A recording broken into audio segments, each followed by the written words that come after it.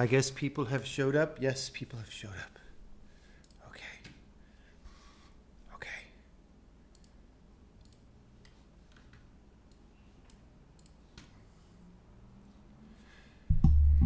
Metaprogramming. Yeah, well, it could be called that. You could imagine that this stream is called metaprogramming, and maybe it is. And Twitch just incorrectly transmitted the title. That could be what's going on. Who's to say?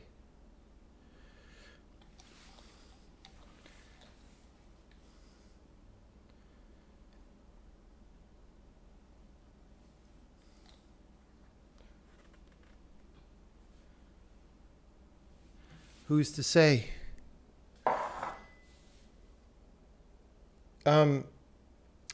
It's warm in my apartment. It is warm in my apartment. So what I was going to do, though, let me touch the temperature down.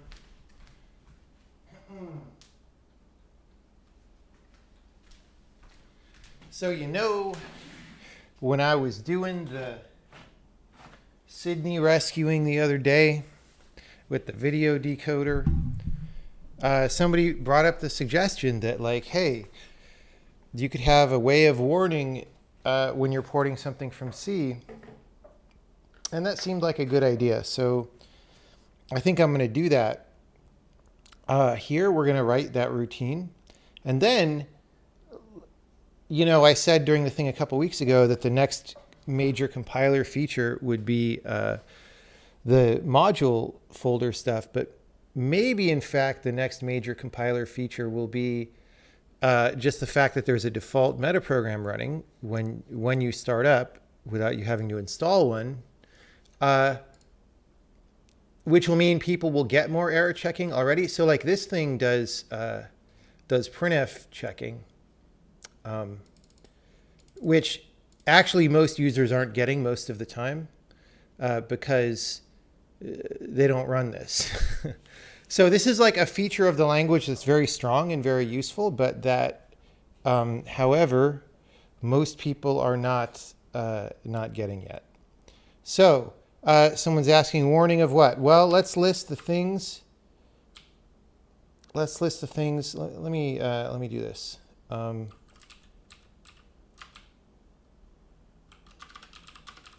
Error checking for print scan procedure calls. Okay. And then we're going to do one down here where we're like,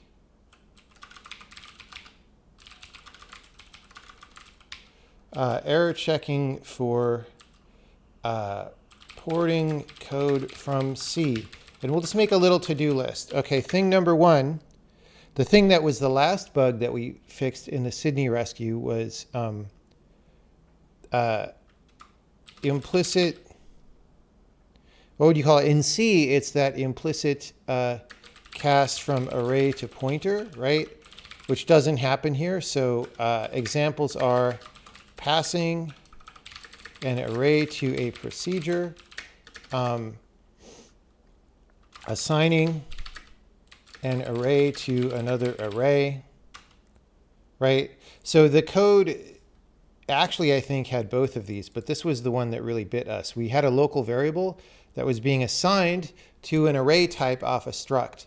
And in C, that just means give me a pointer to that array.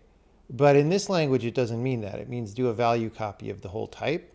And so rather than forcing this language to be like C, we can give you this routine where we say, hey, yeah. Oh, yeah. Singeing. Well, it did singe. Okay, and then there's number ranges or whatever. I don't know what you call it, but like not casting up to int when adding to smaller values.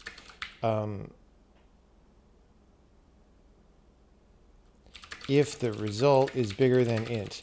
Right. So this one is weird because if you have C code that adds a U8 to a U8 and assigns it to a U8, we don't need to warn on that. But if it adds a U8 to a U8 and assigns that result to an int, then we need to detect that and warn on it. That might be all that we do for now. I'm not sure if there's any other ones.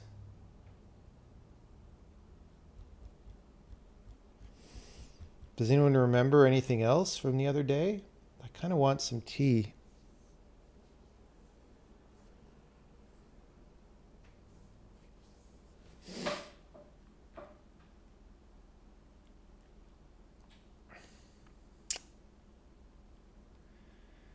Kind of want some tea. Shifting. What about shifting? The type is different. So shifting in C, the right argument of a shift is the same type. What do we say? Will cause a cast up. What's the rule that we have to watch out for?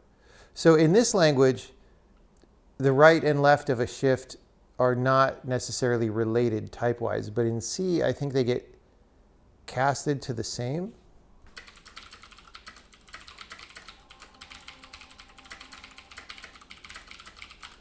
Something. How much time do I work on the compiler lately compared to Sokoban? It really just depends on what I feel like. I want to do a big, heavy Sokoban session soon and a heavy braid session soon. It's just whatever I feel like on a given day. It's like today, because I made a big progress in doing that video port and then adding those intrinsics yesterday, which were things that people had been asking for a while, which I still haven't shipped. But I was like, this would be a pretty meaty beta. Maybe I'll ship one tonight. What else can I get in there? And at least what I could get in there is make this function such that people can call it themselves if they want to port something from C. And then so maybe a later step would be to build this into the default metaprogram and have it be activated with a command line option or something. Is this going to generate errors or warnings? Probably warnings. That could be an option, actually, right? There can be a C compatibility check, right?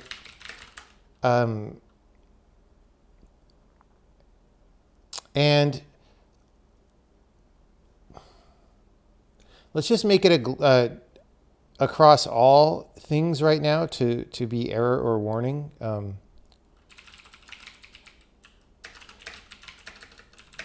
If this is false, we get warnings. If true, we get errors. Okay. So enable or disable the following individual checks. Right? Check implicit cast from array to pointer in procedure calls.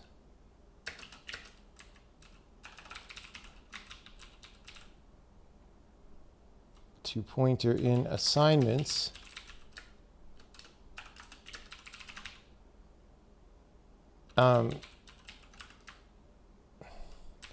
Check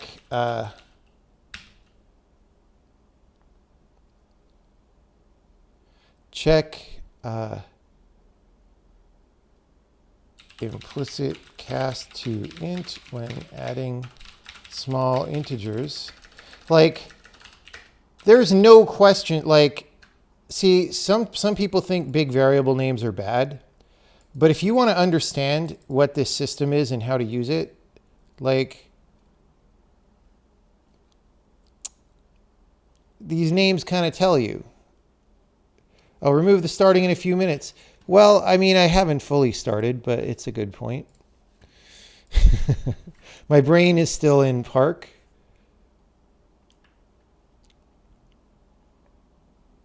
Maybe warn on zero init that zero initialization is unnecessary.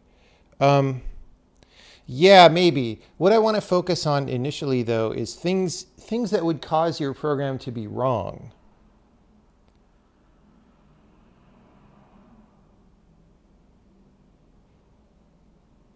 Let's call this porting check, because this is not really about compatibility. Also, porting is a smaller word.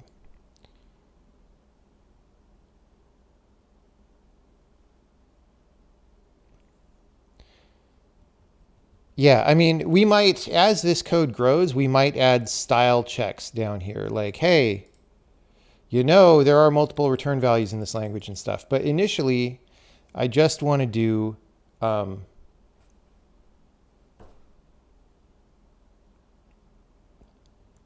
errors, like things that would bite you. Check if variable names are too short. Check if S and D get swapped in name between the caller and callee, and complain about that. Okay.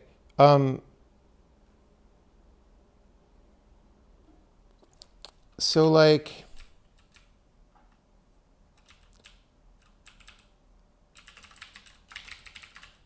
what is this fatal error?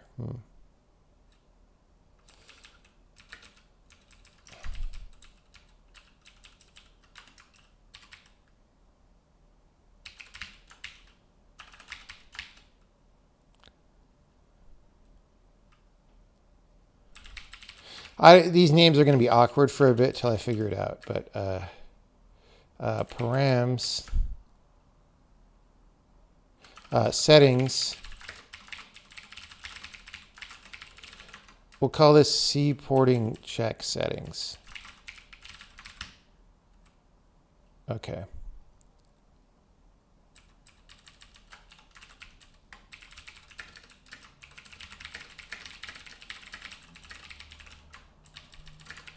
Okay.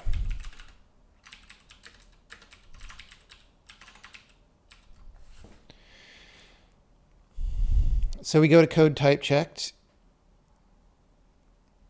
And, well,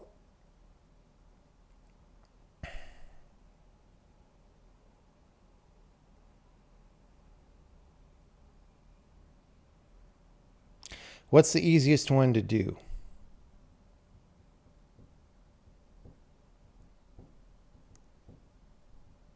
Probably one of these.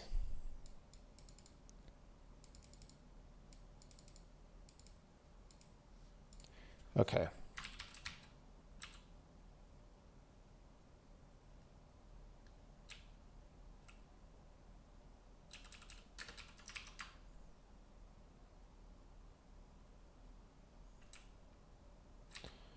Why are we doing this on the header?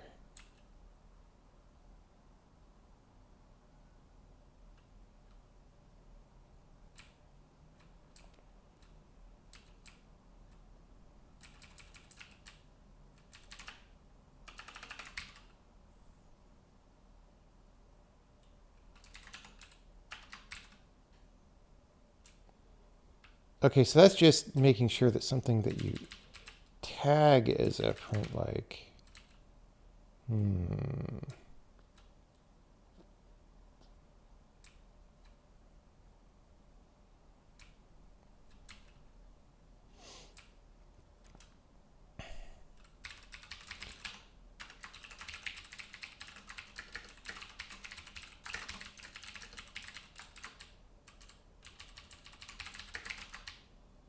Like the fact that we still have these weird flags up here with the long flag names is weird.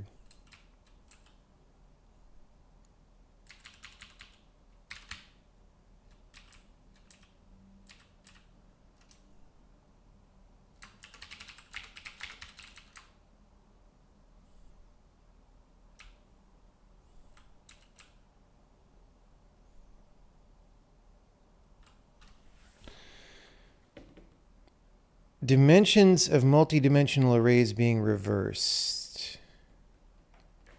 Yeah, let's write that down to think about it. That one's confusing.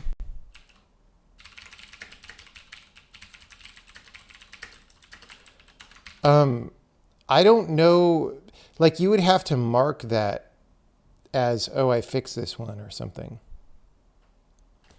I am so confused by the C multidimensional arrays that, like, literally I never use them in C because they're stupid. So I don't know, but yeah.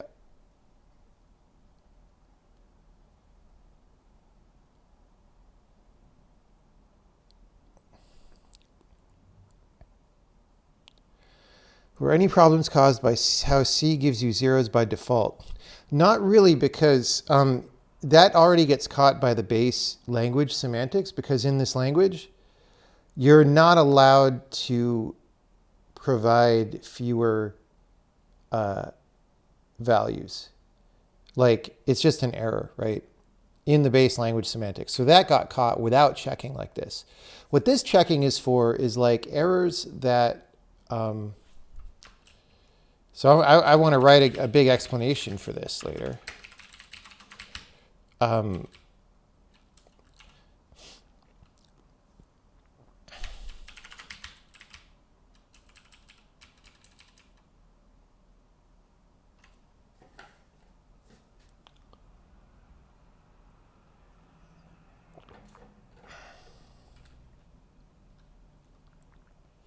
Okay, so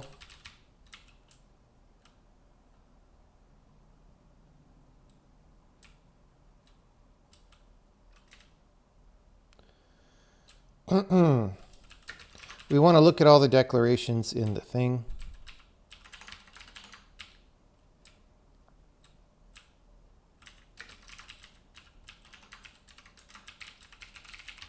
If it's the body of a procedure, we get the procedure.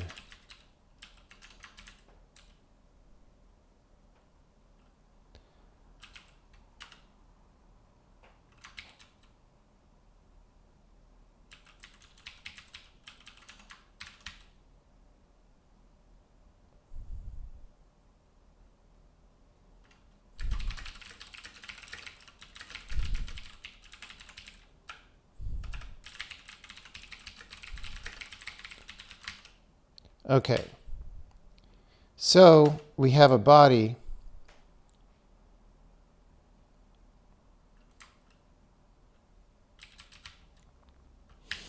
And then we're going to say check C porting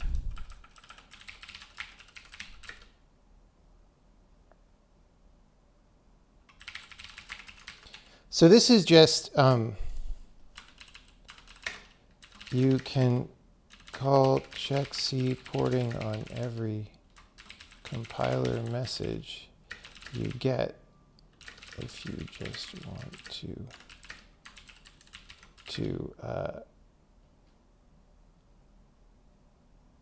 use this without thinking very much.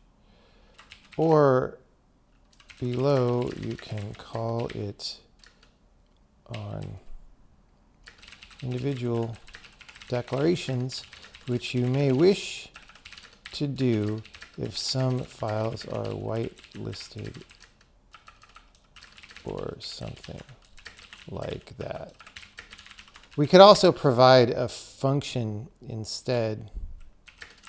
Maybe instead we should provide a callback that happens to ask you whether a particular declaration should be ignored, and you can use whatever criteria you want. Okay, so we're just doing this, and then we're going to go check C porting.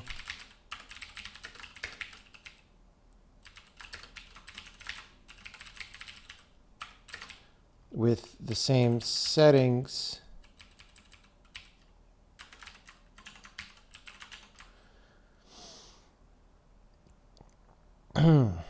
Okay.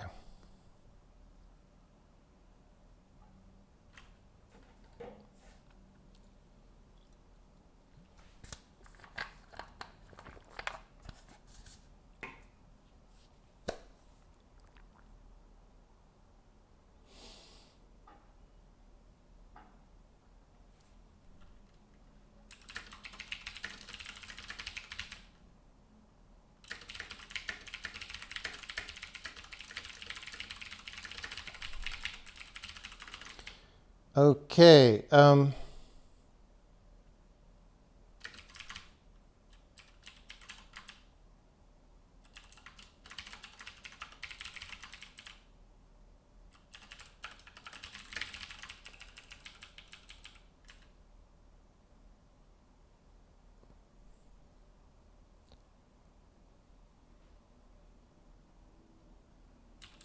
Actually, this is fine.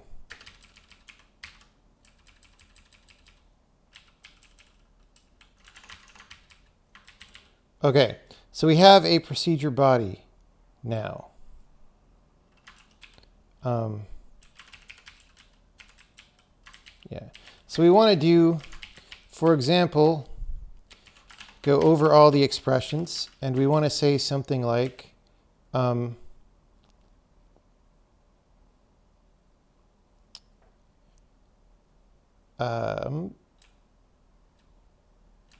so if settings dot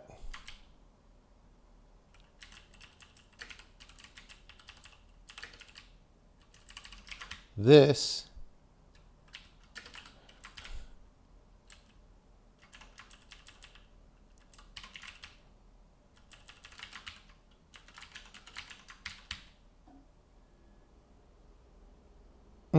then in the meantime, so we're going to have to write a little test program that this checking runs on. So what I'm going to do is, for now, I'm just going to print a warning like, hey, we saw a procedure call, and that way we'll know this code is working up to this point. And then we can write the little test program. I think this check module is going to get made into a subfolder instead of an individual file, and it'll have examples in the folder, and the examples will use this and stuff. Particular.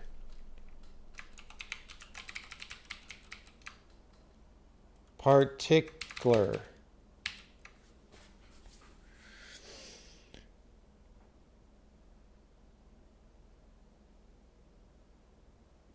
Maybe you should check accesses to multi-dimensional arrays that have constants in them, that the constants are in bounds.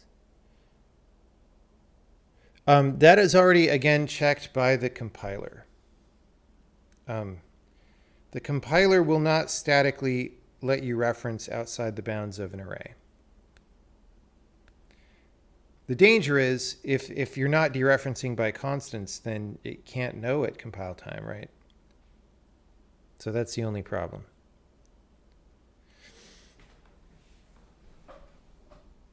This is a normal stream. I'm chilling. I'm eating candy. It's all good. Wait, I'm not eating candy yet. False advertising. Why is it so warm in my apartment? Because I haven't eaten enough snow mints. Snow mints make things cold. This stream is sponsored by Snow Mints. This stream is also sponsored by the PlayStation 4 game console, which has the best games. Buy a PlayStation 4 and all your games will be the best on that console.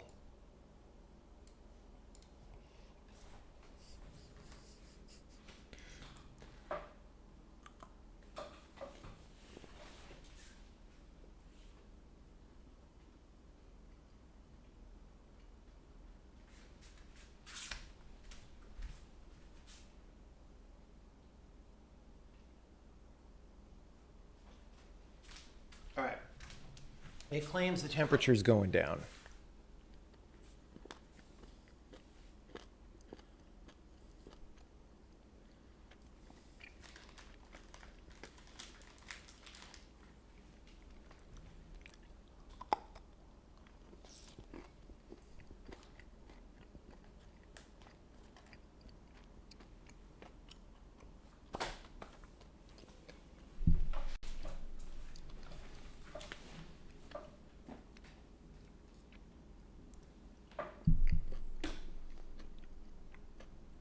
Am I eating carbs? No. Everyone knows carbs are illegal and will kill you.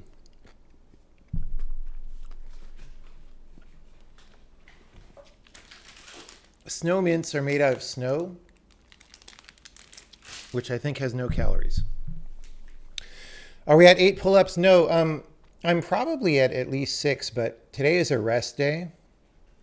Because yesterday I wasn't at max anyway, right? Yesterday I was only able to do like 4.5 or something. Because I'd been doing them several days in a row. So today is no pull-ups day. And no push-ups or anything like that probably. And then maybe tomorrow we'll see.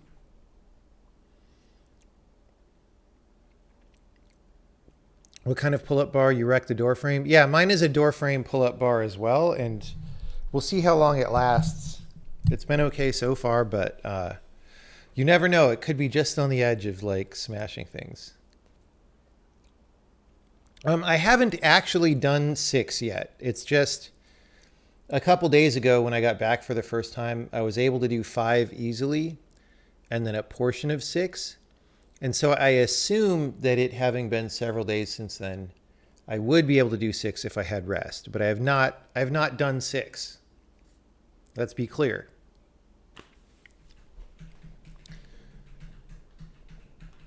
Is VR the future? No, VR is the present. You can go play Beat Saber right now. Am I getting enough protein? No, because I'm busy eating snow mints. How many grams of sugar? I mean, I think that these candies are just sugar, right?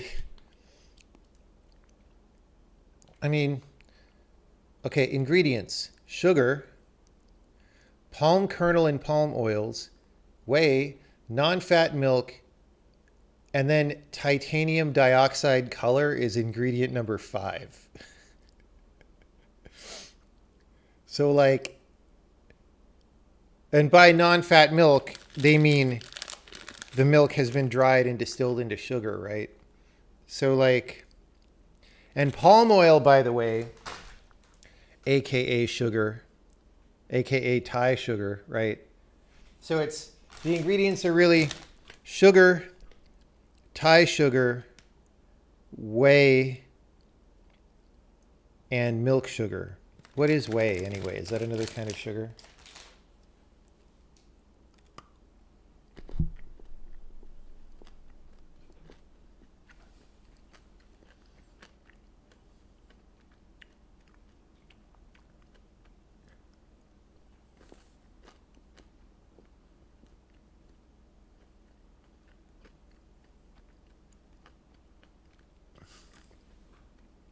Yeah, it's totally milk protein. Okay.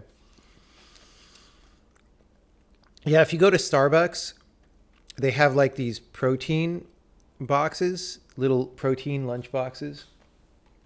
And one of them is, this is their protein box. Apples, grapes, crackers, and cheese.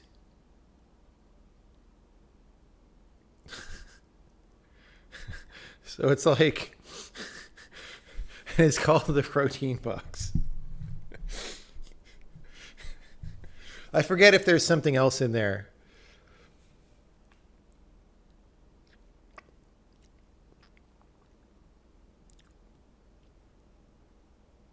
Apples, grapes. I get these all the time. Apples, grapes, crackers. And they used to be better crackers. They used to be like wheat crackers. Now they're these crappy crackers. And cheese. I think that's it.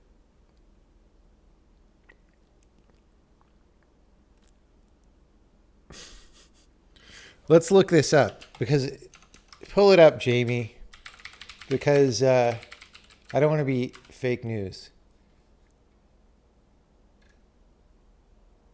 Okay, yeah, so here we go. They have various protein boxes, right? Let's see.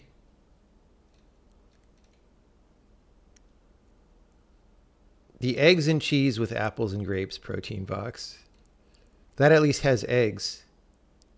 Yeah, this is the one I'm talking about. The cheese and fruit with brie, cheddar, and Gouda protein box. formerly known as Cheese and Fruit Bistro Box. I get this one a lot. I don't understand how there are 20 grams of protein. Which one is it? But like, oh, here we go. Here we go. Here's the protein boxes. This one. Like, how much protein is in that protein box? There's like a little bit of cheese.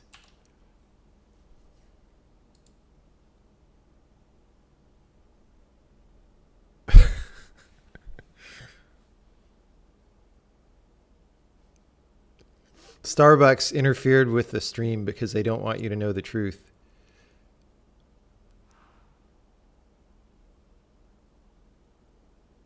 Like, this one is probably the most healthy one, but it doesn't have a lot of protein in it either.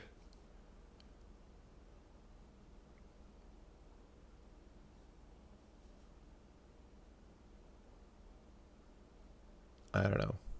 Anyway.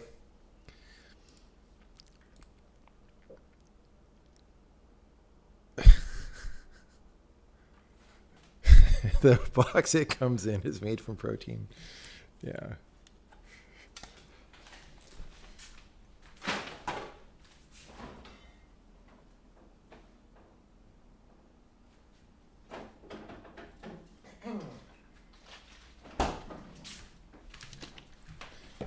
Don't worry, I'm healthy. I've been eating the Starbucks protein boxes. Okay.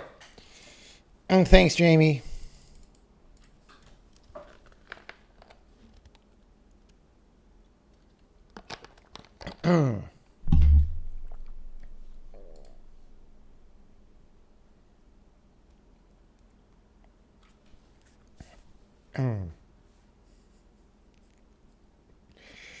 So,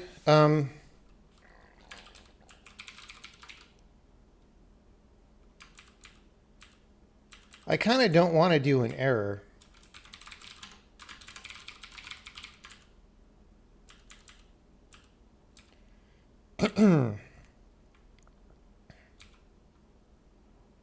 Maybe I'll add an is warning to compiler report error. Let's just do an error first.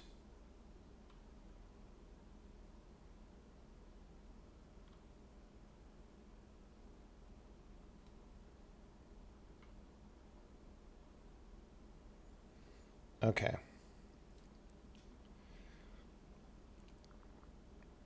Let's just say if it actually, you know what? Let's just do it all. Let's just do it all. So we're going to say compile it. We're going to change this to report.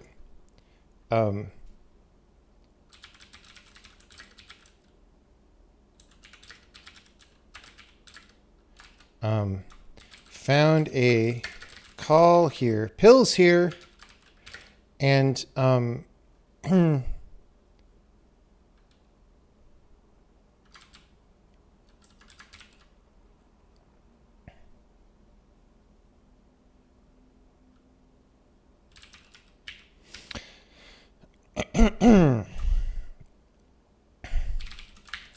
so we're going to say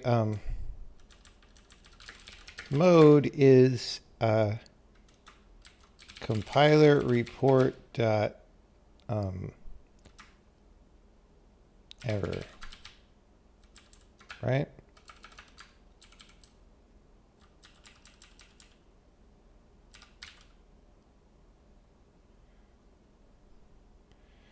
Okay, so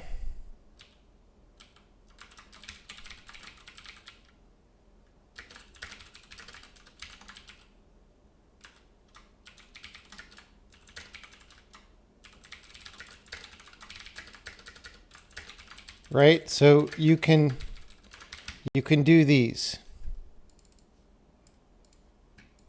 You can do these different things. Now everybody's going to break, right? I'll just take that out because that's an error by default. That's an error by default.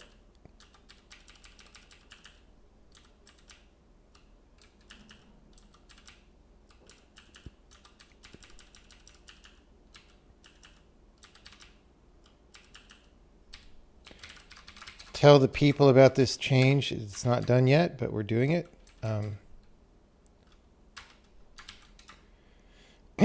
Compiler report error in modules compiler has been changed to compiler report.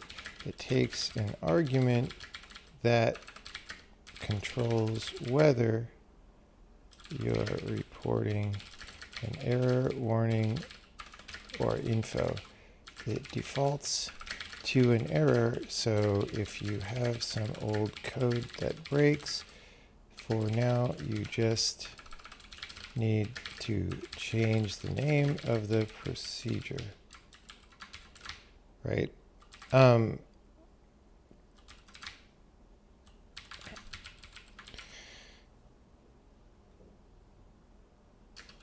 Though at some point we will probably change the arguments to allow for better highlighting, won't we? Yes.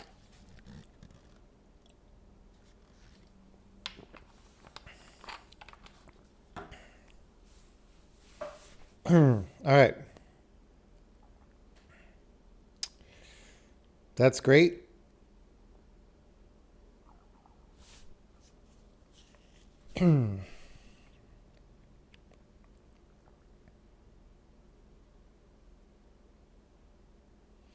So now I have to actually make this work. I don't know if I checked in the compiler before doing this stuff. I think so. Who knows? Report error.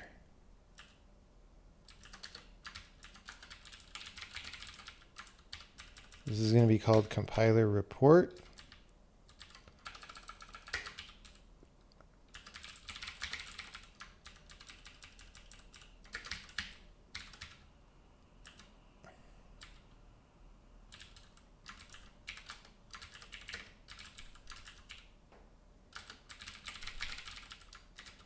Okay. So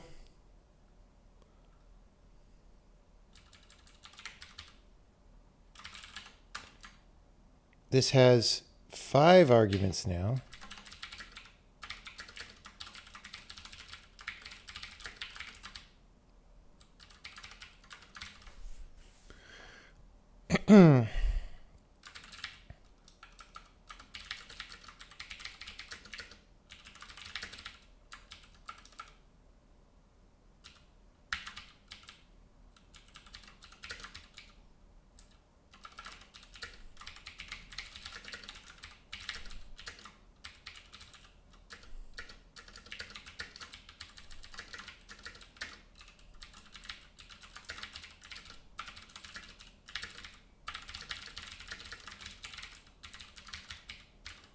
Okay, so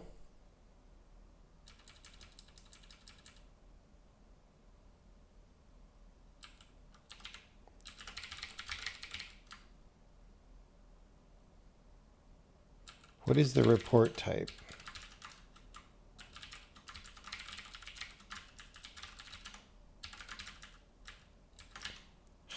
Where is it?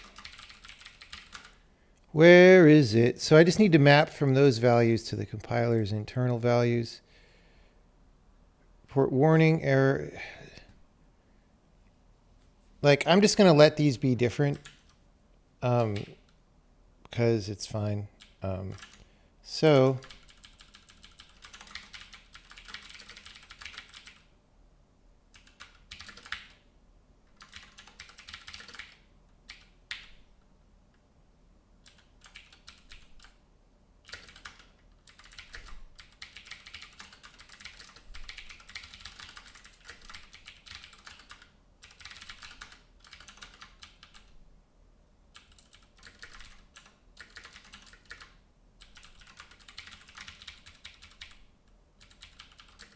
actually, we're going to want to return here.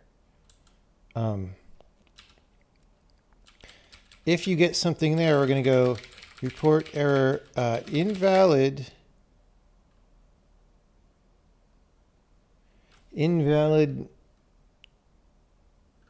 mode argument passed to compiler report.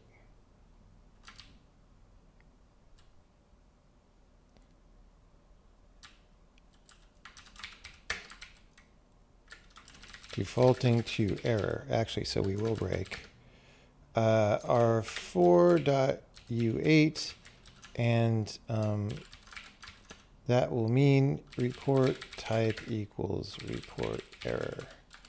Break. This is error warning, warnigan, report info. Okay.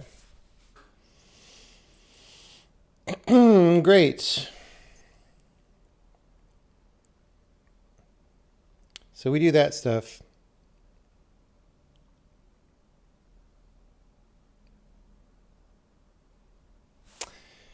And then I think I can just pass all these same arguments and just go report type.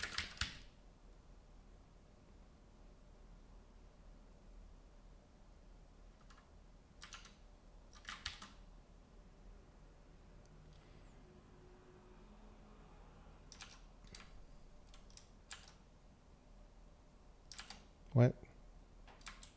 Oh.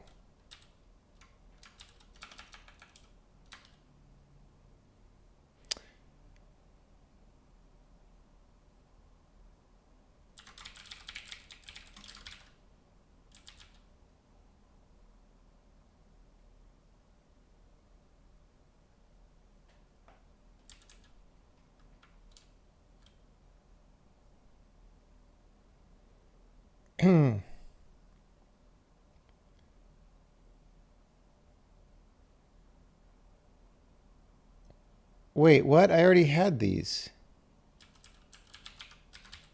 Whoa.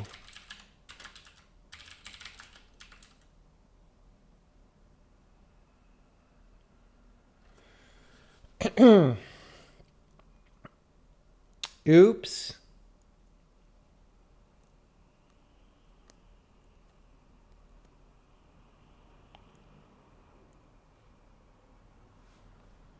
Okay, we're going to change all these.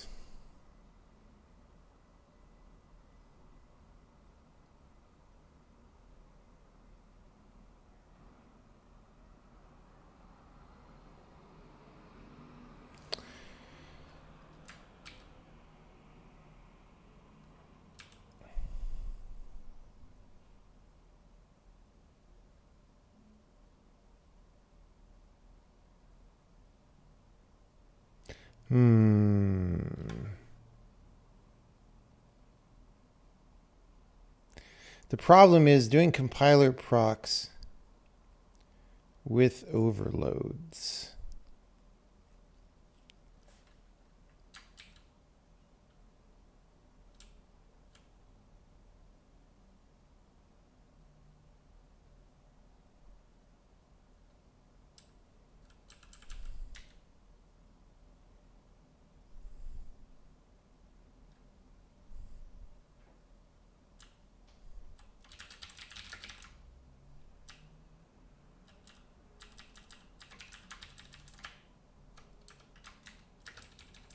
Let me move these together.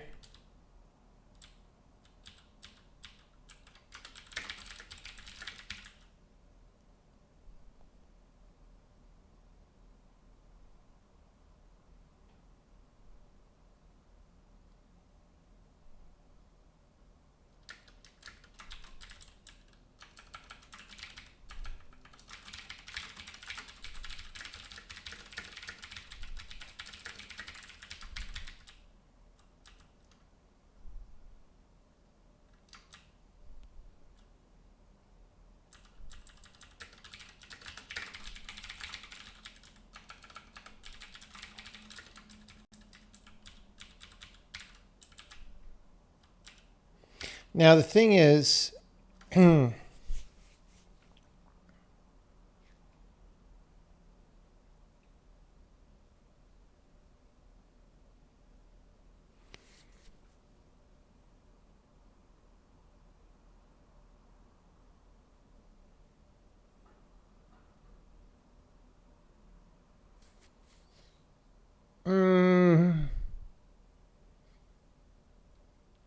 see, okay, this is all kind of stupid, honestly.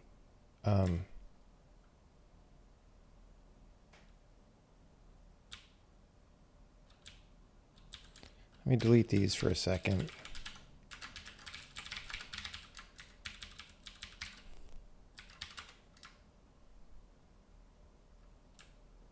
Okay. So what I really should do, this version, since neither of these versions provides a full highlight range, so what this should do is just, this should be a user level routine, not even a compiler routine, and it'll just make a source code location and call into this one, and then I don't have to define two. Sorry.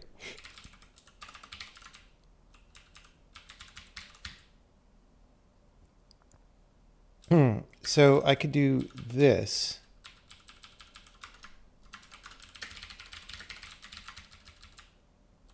All right. We do a location and then compiler report error text mode and the loc, the tone loc, right?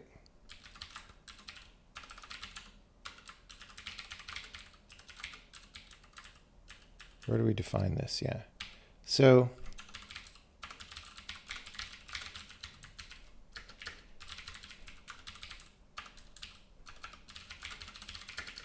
I don't know why I didn't do this before, except that I was lazy.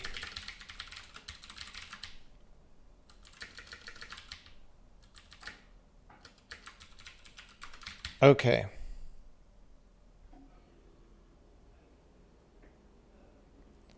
So this is fine.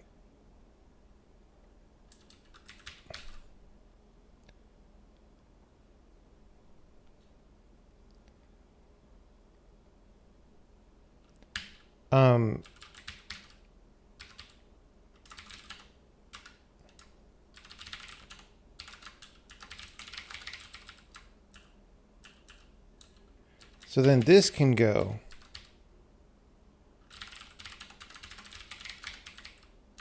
This can go, this can go, and in fact, this can go.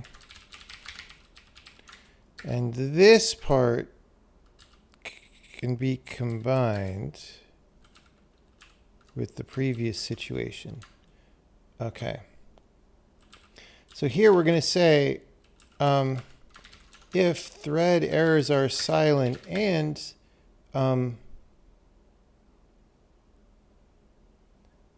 we're doing that out there. That's wrong now. And report type is equal to report error, then return, I guess. Okay. I don't even know what thread errors are silent is for.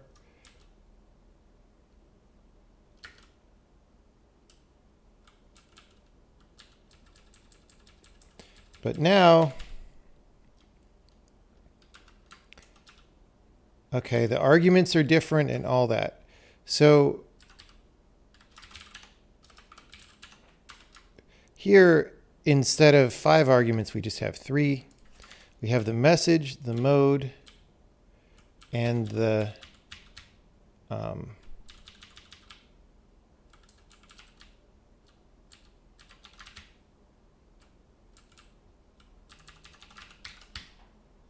location.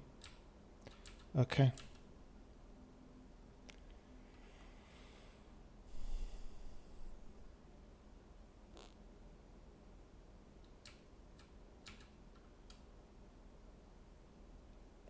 Which is now an argument 2 instead of 1. We report the error.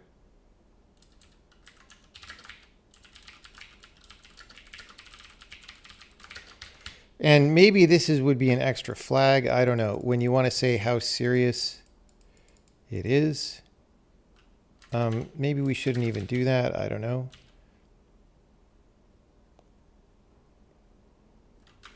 So then this is report with report type, line number, character number, line number, character number +1, file name, string, error text. Okay. And yeah, something like that. Okay, so we actually have ended up with less source code than we started with, probably, which is good. Report type is not capital. That said, I started doing 3 different things and just kept changing the direction of what I was doing, but sometimes that's what you need to do. Report type asked.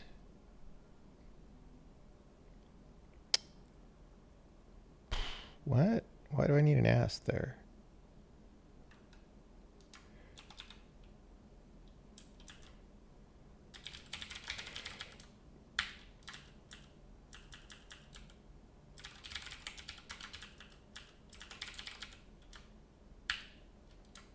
Report type message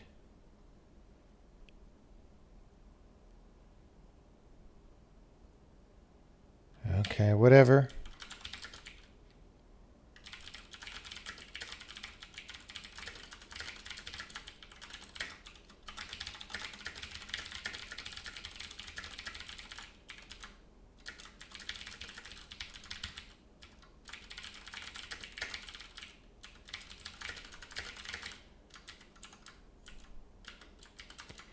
How silly.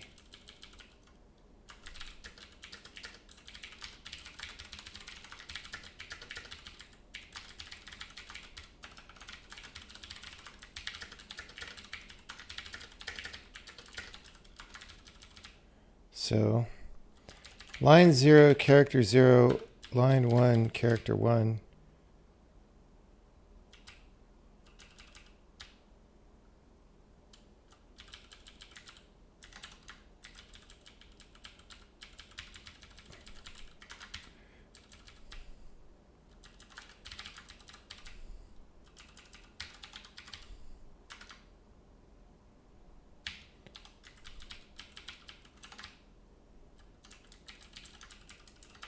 This should get cleaned up later. Maybe that's why I didn't bother. Okay, hopefully those exist.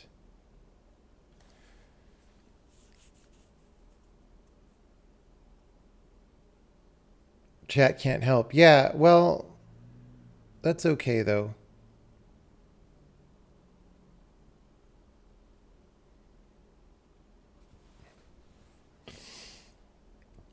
Chat can't help all the time. Although that, like, dealing with LLVM is one of the cases when there's a great potential for chat to help, because I don't know anything about how to do anything in LLVM, and some people know a lot about it, right? So there's that.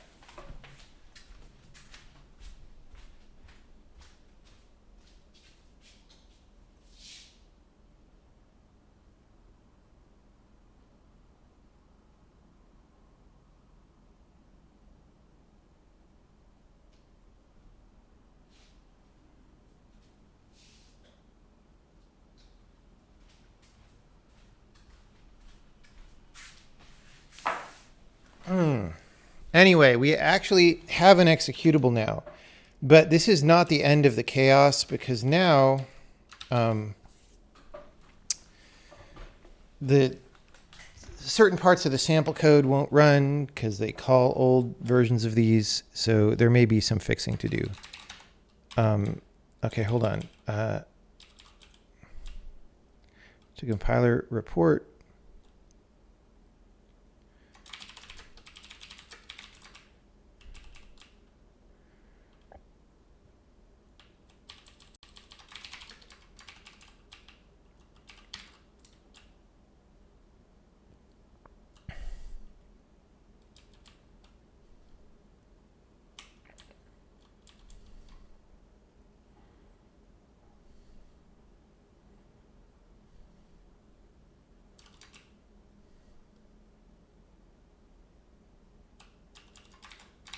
Okay, so change to compiler report, and the old routines, what were they called?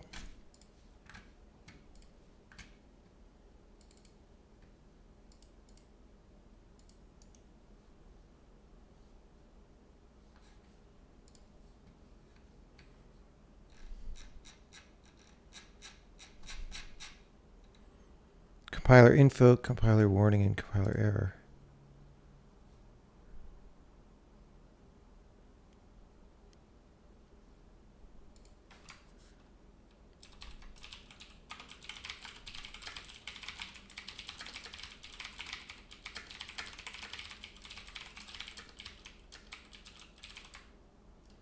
Into one central report function, these routines. Okay, that is a more up-to-date explanation of what's going on. So now I get to compile the tests, and a number of them will break probably due to not having the right function name anymore, but they should be easy to fix. Oh, well, except also my check doesn't compile.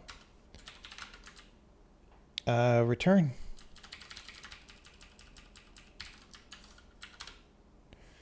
Yeah. So,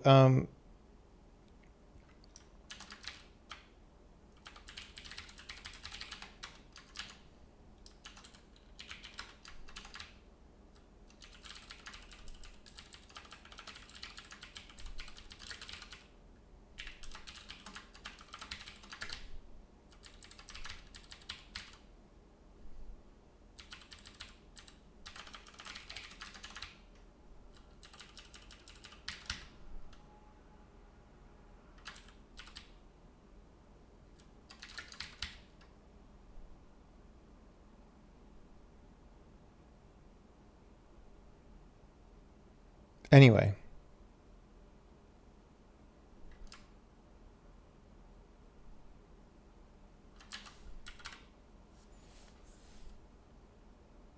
Argument 2 mode was given twice. What? Oh. Wait. Oh, the mode.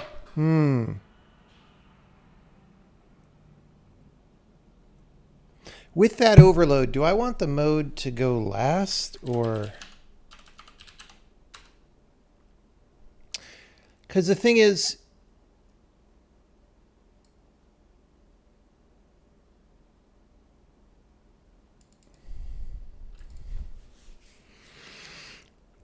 it's more useful to put the mode third, because you could just say compiler report with no arguments, in which case it's an error at the current location. You could say compiler report with a location argument, in which case it's an error at that location. Like, I think that's more useful than like warning at the current place and whatever. Let's see. Let's see. We're only doing things that will affect years of people trying to use this language. Okay, so now I have to go back here because I changed this, and well, I'm not going to do that. So this is the mode. This is the mode, and oh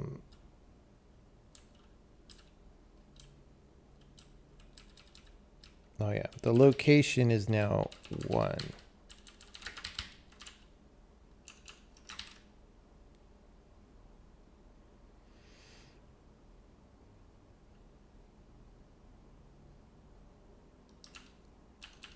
I just realized my monitor is way high up and blocking everything. Look, you need to see the mic. Don't you need to see the mic?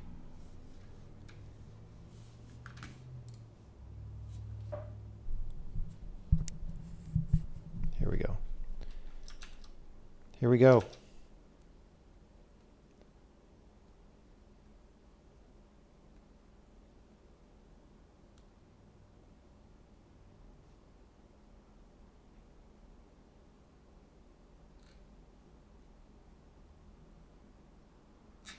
Okay. That's good. Well, I mean, we have yet to see how good it is, but it's okay. Keep trying to compile the game. Okay, now the things that I just changed are wrong. Let's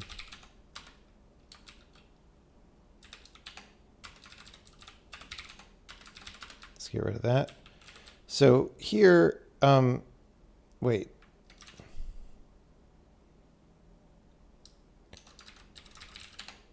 Right, this one is wrong now. just because we swapped those. All right. So now we've got old stuff.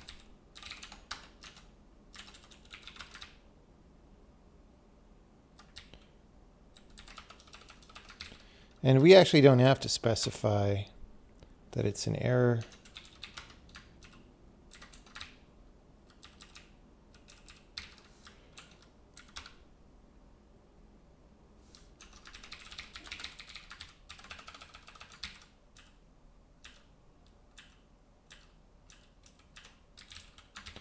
And then compiler error.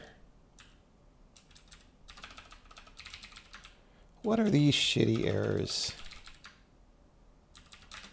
At least capitalize, guys.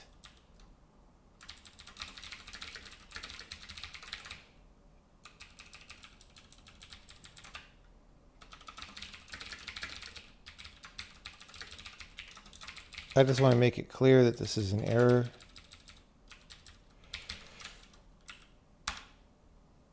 All right.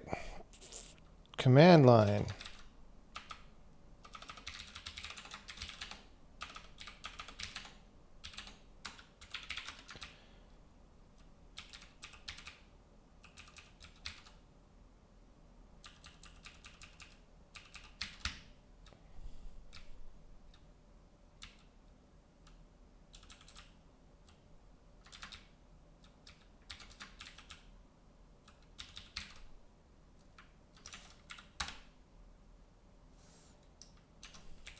Oh.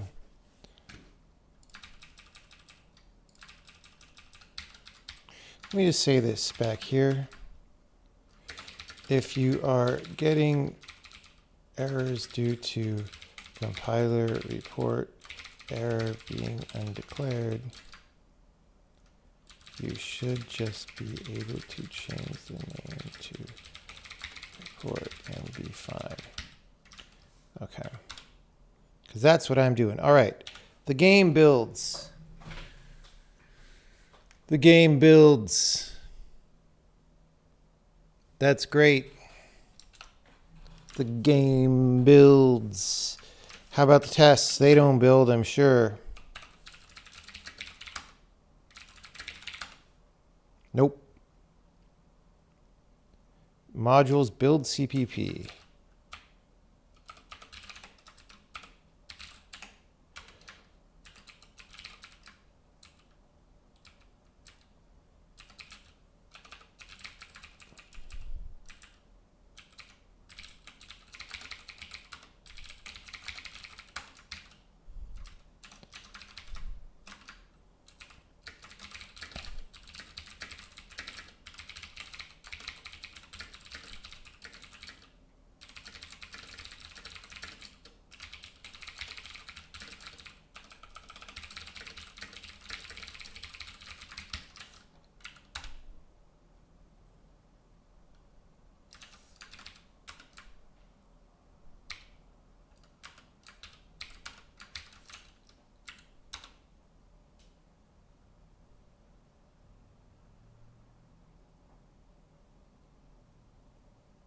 I would expect program print probably does some things. Type parameters.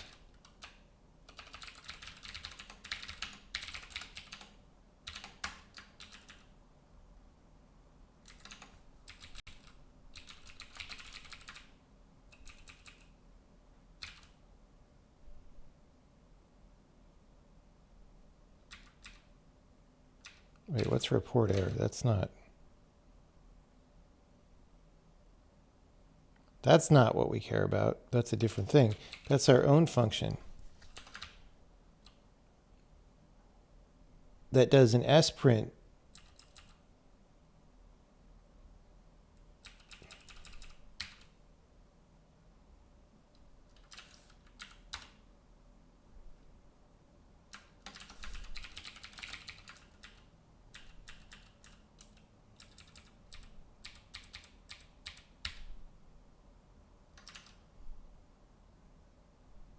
Compile me.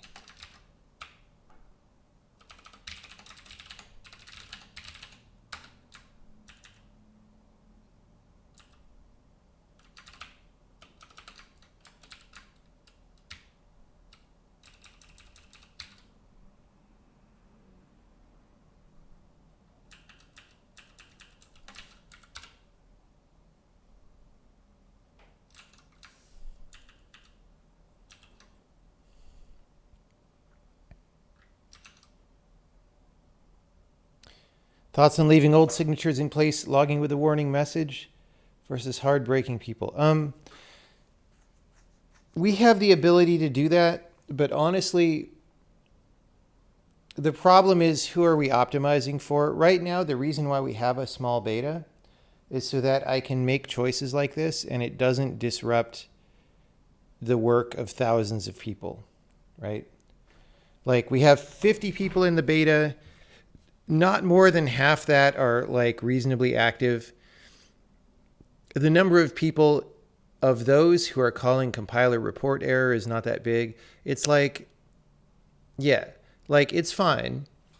Adding more work for me in order to make it better for that small number of people actually makes it worse for everybody in the long term, because it means that the compiler gets developed more slowly, right? So that's sort of what I'm optimizing for. I'm optimizing for the best benefit for people overall.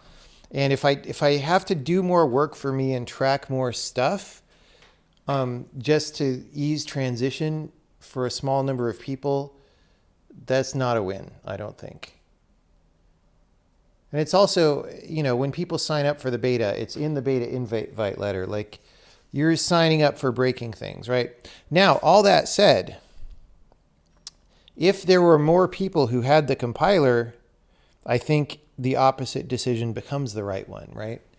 Like, if you break something for 1,000 people, that's a lot. And so I think I would, in that case, do it the other way. But again, you pay a cost for that, right? It's not free. Freedom isn't free.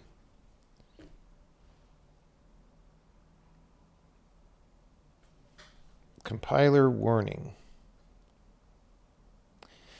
I don't know why this is so messed up.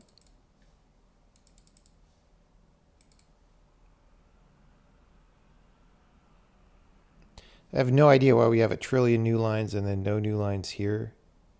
Is that a standard out versus standard error thing? Do we still...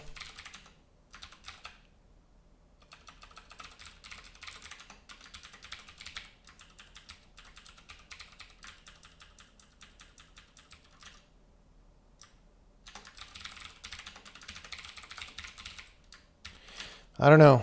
I'll look at this sometime later. Okay, is not a member of import compiler, right? Well, these aren't even showing the correct lines of code here, which is weird.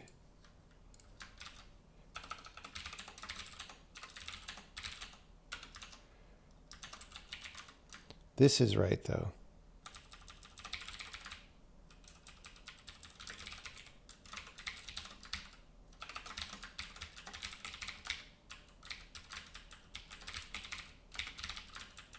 All right.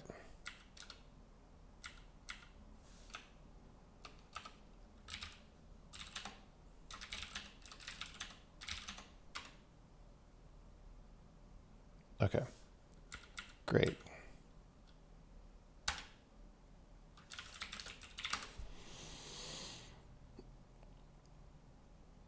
You already hear Sean cursing? I mean, maybe, but he knows the deal, I'm sure. Like, he would rather have things be good probably at this point than backward compatibility. I don't know, though. I would be interested in talking to him about it.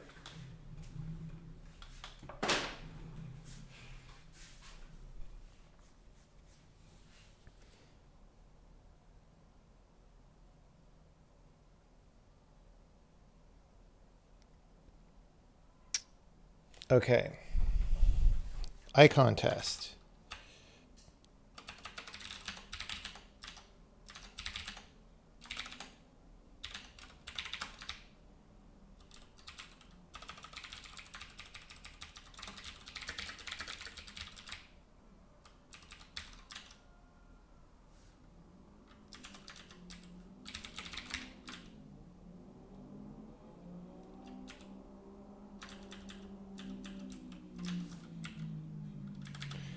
All right, let's try this again. Okay. See, just little fixes like this.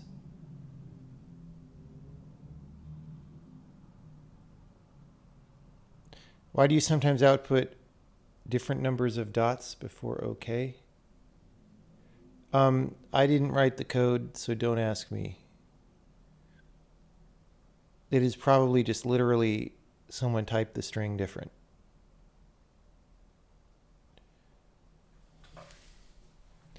All right, well, we be done. Let's run these in non-x64 just in case. It won't make a difference because this is a front-end thing. This is great. Let's clean this up a little bit.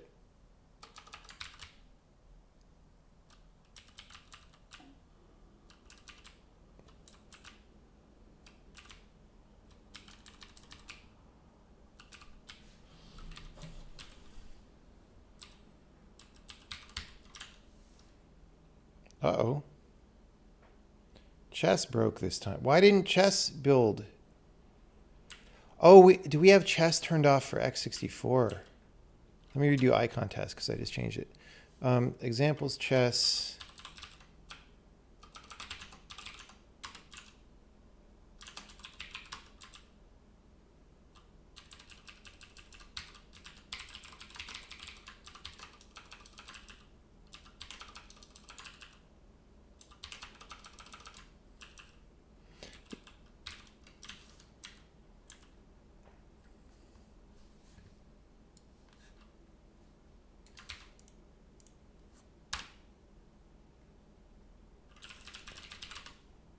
Whoops.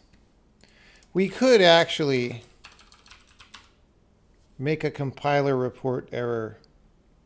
You know, it's actually easy enough to just make the deprecated version.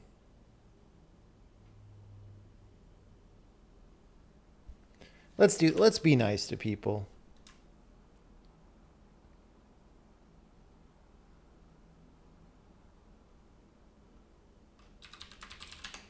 Let's practice this because we're sort of using the deprecated feature, right? Okay, so here we could say compiler report error.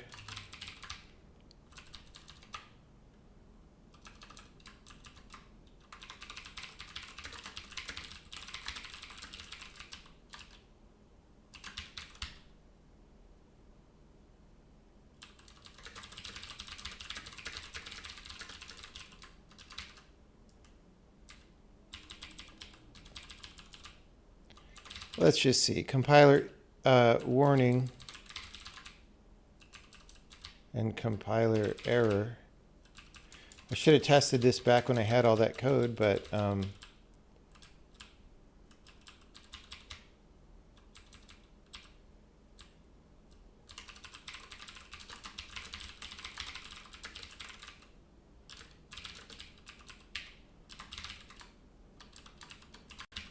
right. Oh, except this is not there.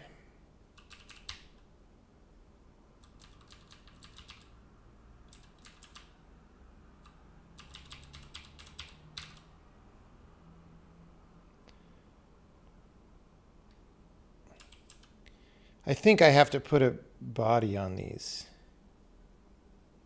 Let's see. See, these still aren't going to work, but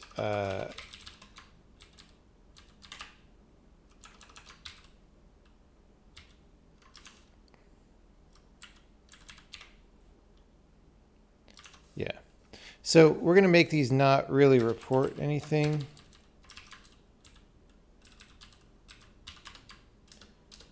Which is not great, but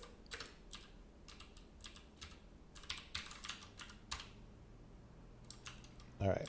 So if I go back here and I undo this, what happens?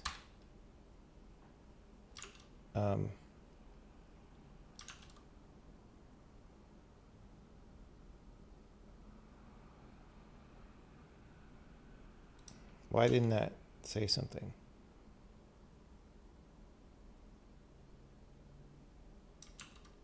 Does deprecated not work anymore? Did I break it? Am I a joke to you?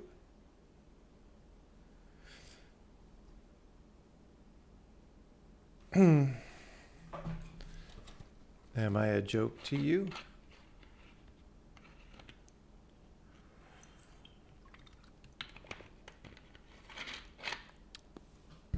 Well,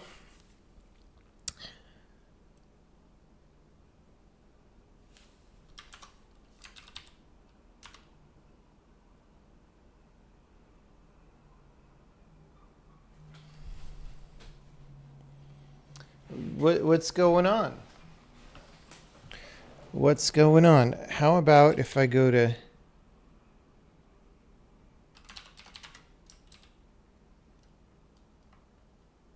Oh, this is chess, guys. Yeah, I'm a dummy. Thank you. Somebody said chess in chat, but I didn't know what that meant.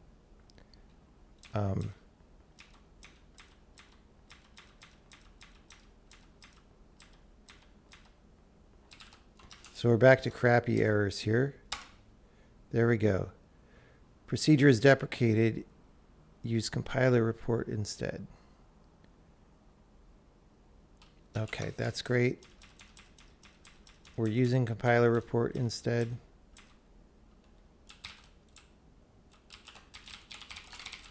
Okay, so this one was actually easy to do. Use compiler report instead. You should just be able to... Okay. Now, the thing is, these don't actually... You know what? Let's go all the... Why not? Since it's the spirit of Christmas, we'll go all the way.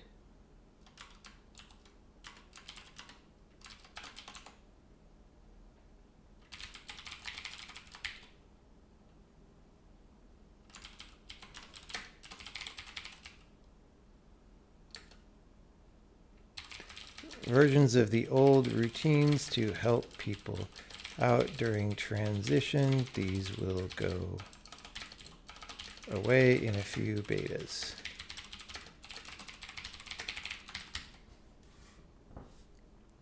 Okay, so this is just going to be compiler report, file name, line number, character number, error, text. This is going to be compiler report message loc mode equals .info. This is good. The reason this is good to do is that people can actually see what they need to do. That's why I want to do the rest of this, because like the message helps, but if somebody comes in here,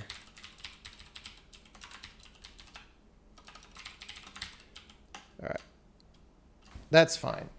That wasn't that much effort. And the reason it's worth doing actually is because it gives me practice at trying out this feature and making sure it works and all this stuff. Okay. So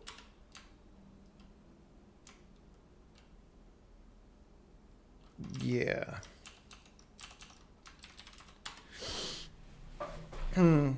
It's annoying because it's more code, but this code will go away, so it's fine.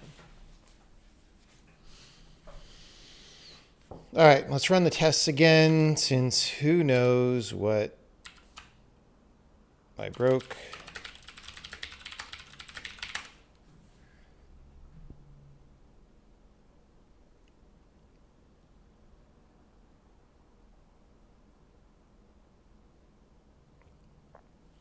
Okay. That's great. So that was sort of a little lobe off on the side of what we were trying to do. I guess I'm going to check in now. Although, let's not check in yet, because we haven't actually tested these functions to make sure that they report the things that they are supposed to report.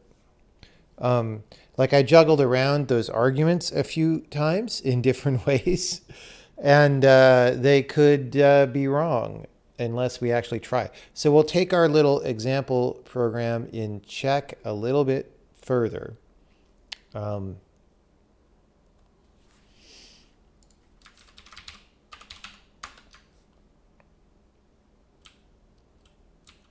We'll not put it in there yet. We're just going to make it a little local program here, B. Actually, what happened to A? Where can we do A? Pop count test. Yeah, we could do A. We're done with this for now. Import compiler.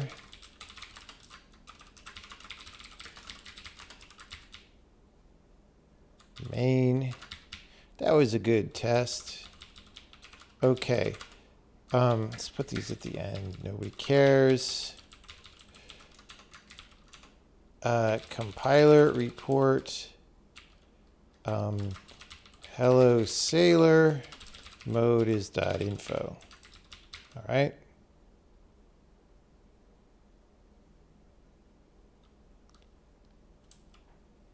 Actually.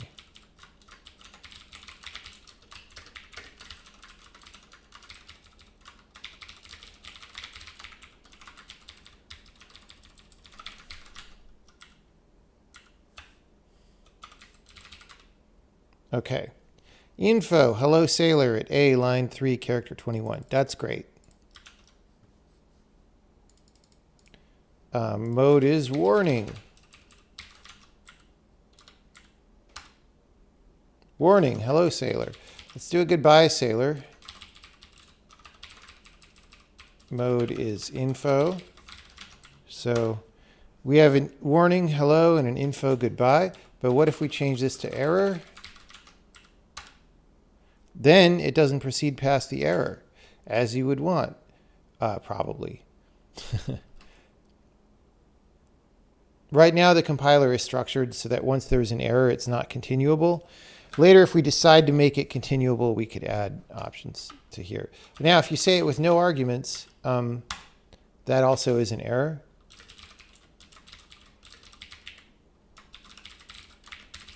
Or you could pass it a different location, and it'll do the location of main. Or of, what's another one? Location of context base, which is in a different file. Boom. Awesome.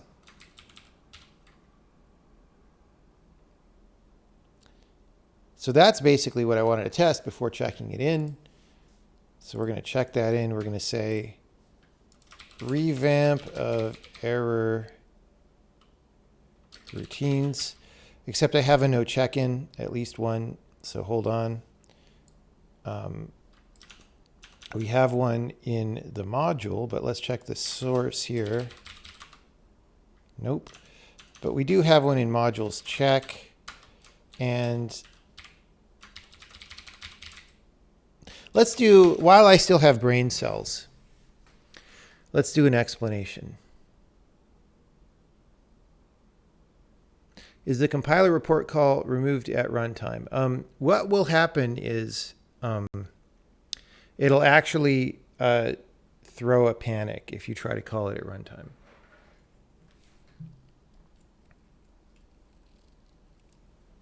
You will panic due to, there's a general mechanism where if you try to call compiler routines outside the compiler, you'll get a panic.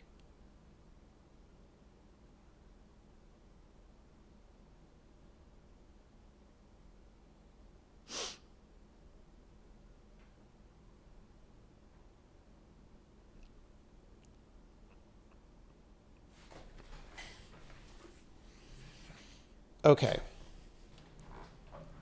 So, what are we doing? We are, we're explaining, we are saying, when porting a C program, when porting code from C or C++,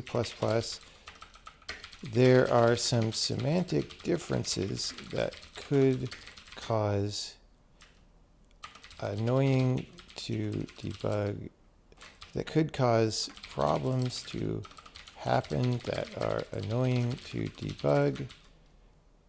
So you can run this checking code on anything you port, and it will look for these kinds of problems. In the future, there will be a default metaprogram that will use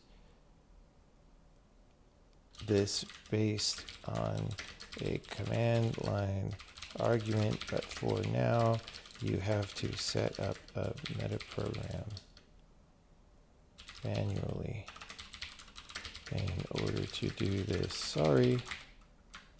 Okay. I'm only human. I could only do so much. Does it compile? Yes. Great. Boom. Now I also... Oh, there's another one. Explain. These... Okay, this here is the legacy of a short story called The Eye of Argon by Ron Theus. And if you don't know The Eye of Argon, you can look that up right now on DuckDuckGo. Jim Theus, whatever the guy's name is. The Eye of Argon, that's why, okay, look. In this modern Hollywood situation, when there's no new ideas and everything is a reboot of an older thing, somebody needs to do the film adaptation of Eye of Argon. All right. That's what needs to happen.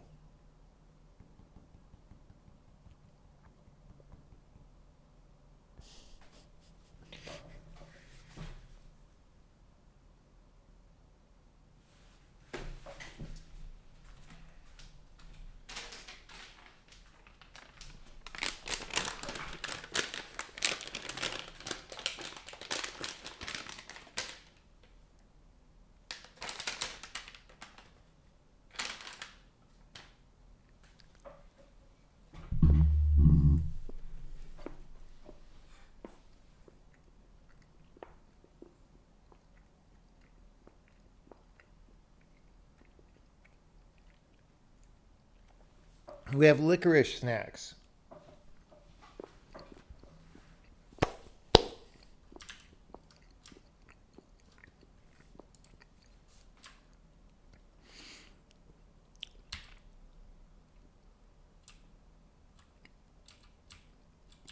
Okay, this can go down here. Actually, these are the tweaky weird things that nobody cares about.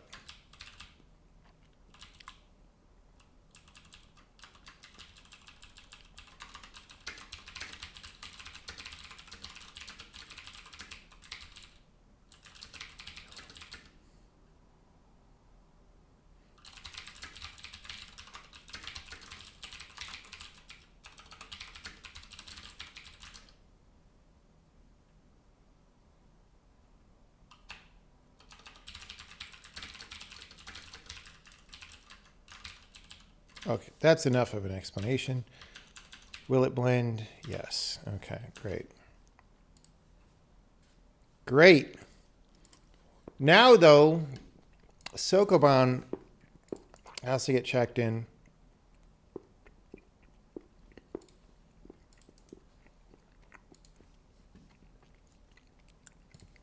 Or it's going to have a bunch of deprecated errors, so...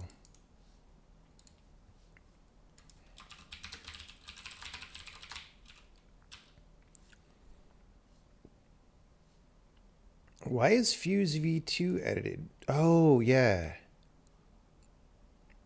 Okay, well, we're not going to check in any of that.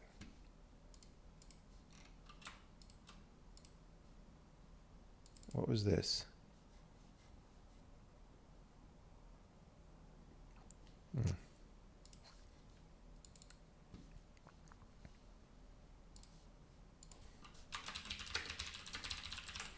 Let's just make sure it runs.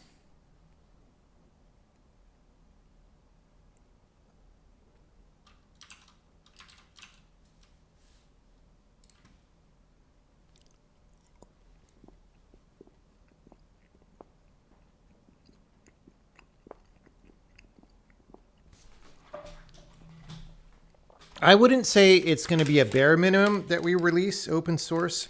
We're going to release a big game engine.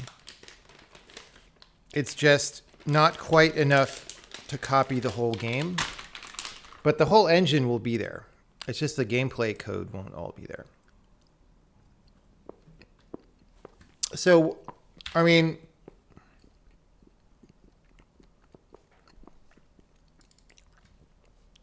this 150,000 lines that we have, what we release will be in that neighborhood, or whatever size it is when we're done.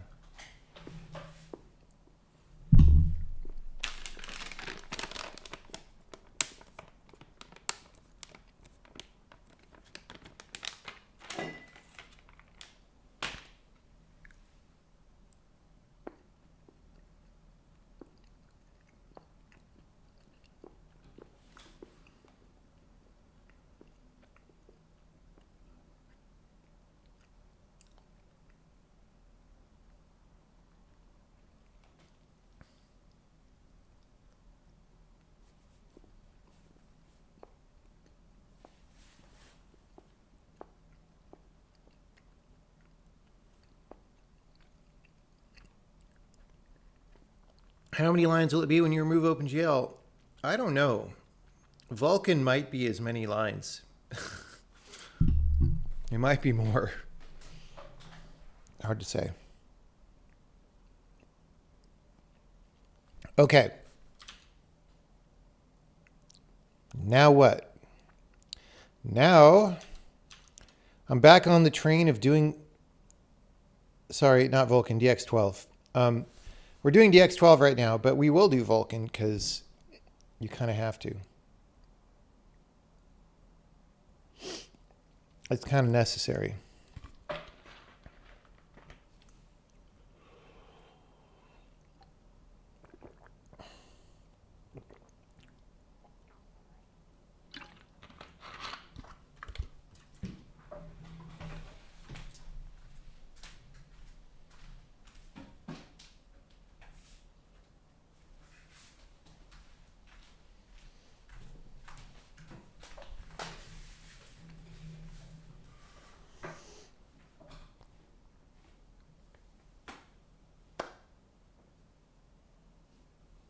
Okay.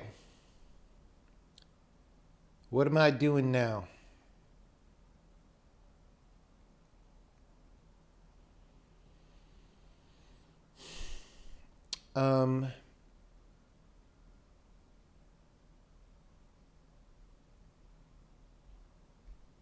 Well, we have our little sample program. We could just make okay. Let's make check into a folder module. So when we go into modules, right? Some modules are folders with lots of files, and some are just tiny modules that are just one file. And because I want this to be like a metaprogram example,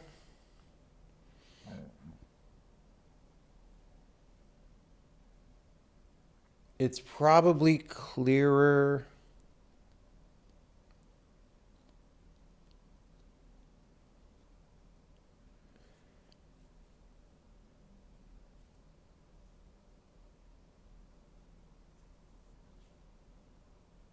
It's probably clearer to make it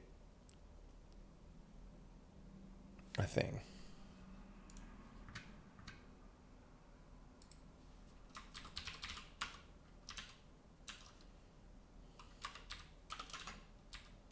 I have too many shells. Let's get rid of one of them.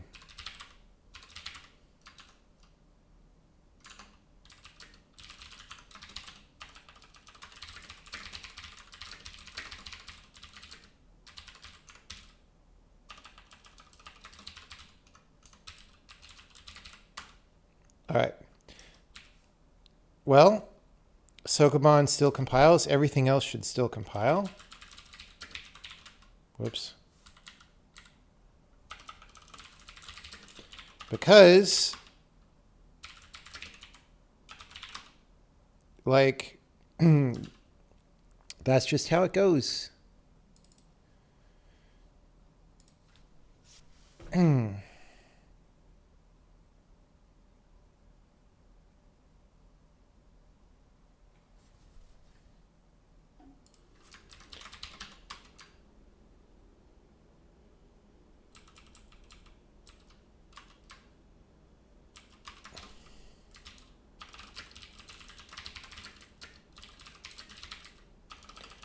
Instead,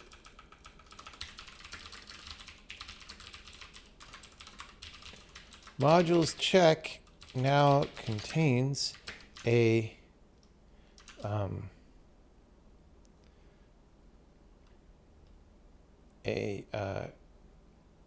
code checker that helps spot problems when porting code from C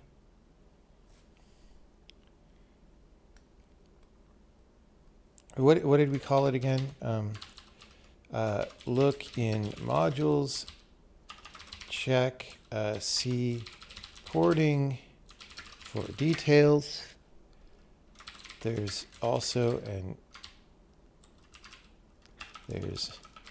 example of how to use this in modules. Check examples C porting. Okay, so we're just going to make these files for a second. Let's just do this. Factor check into a folder instead of a single file module. That's great. Okay, so now I'm going to fulfill part of these promises that we just said.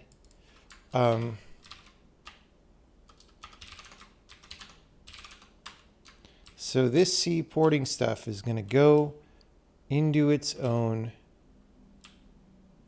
place. And this is going to be load C porting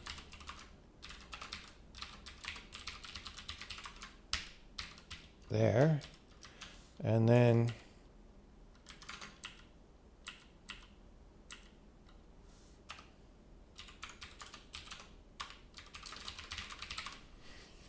okay, and examples.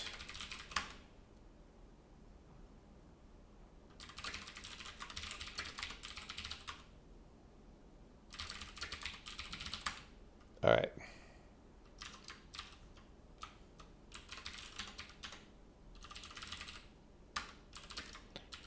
This will be an example of doing the C porting stuff.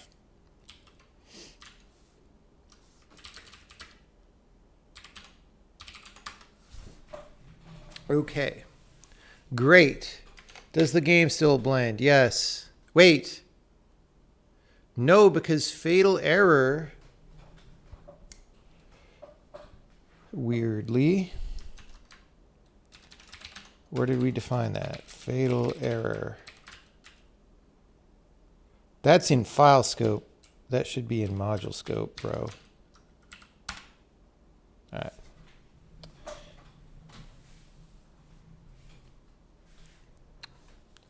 The game blended a bit too hard.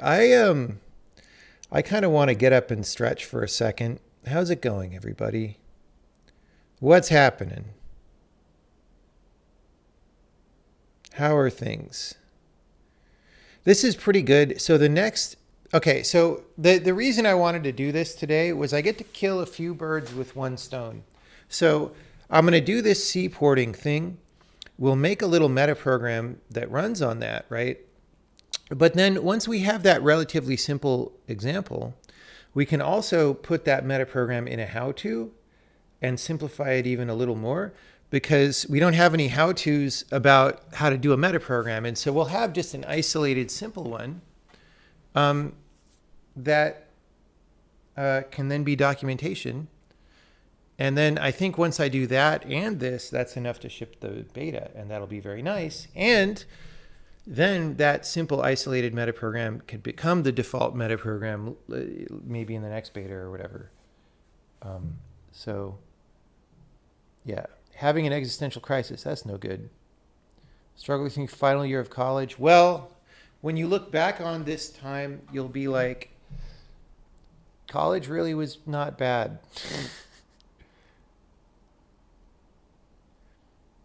What exactly is a meta program? Well, it's like a program.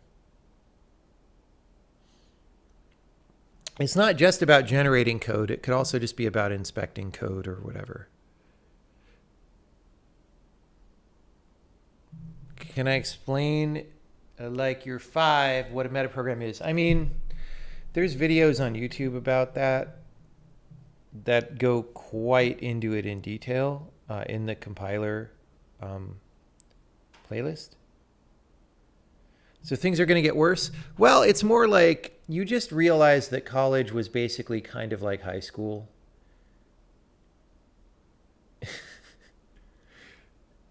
That's all. It's kind of, college is kind of like Disneyland, especially now. So like,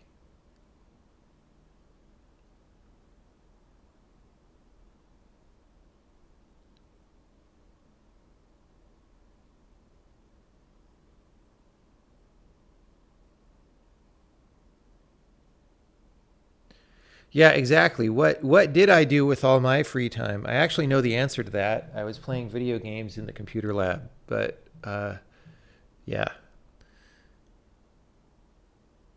And reading books, which I don't do enough of these days.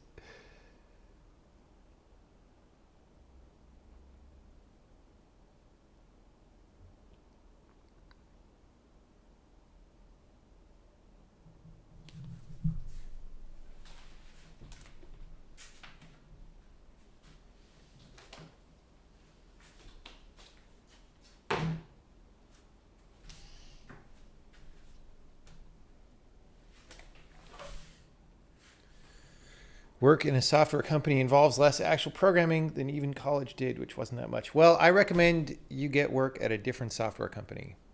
There are companies where you actually program. Books to improve writing? I don't know. Just read good books is the best way to improve writing.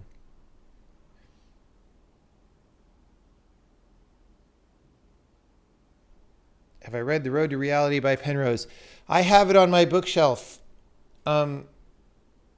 But I haven't read it. It's like one of the many books that's on my to-read list.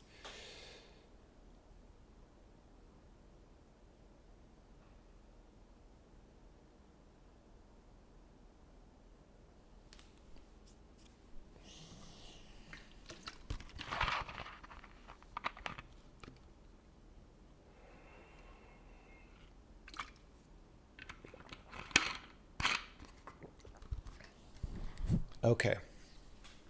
Let me stretch for a second. I'm going to maybe warm up some tea water, and then we'll come back and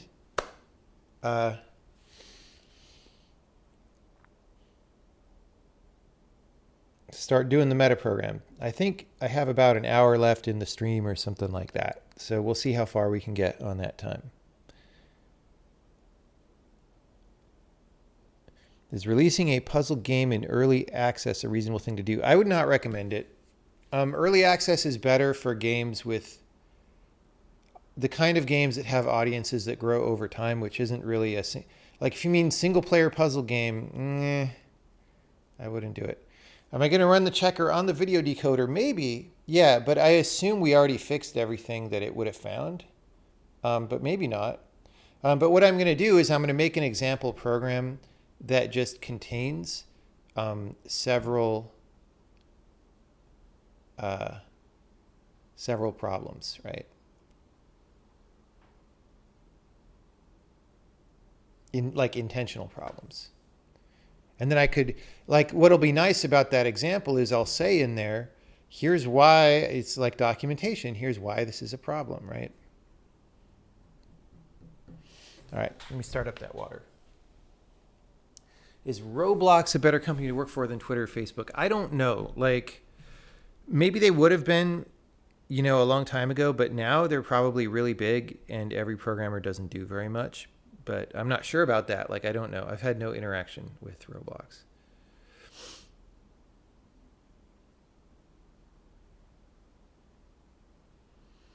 Just as companies get big like that, they get less good to work for, broadly speaking, with very few exceptions.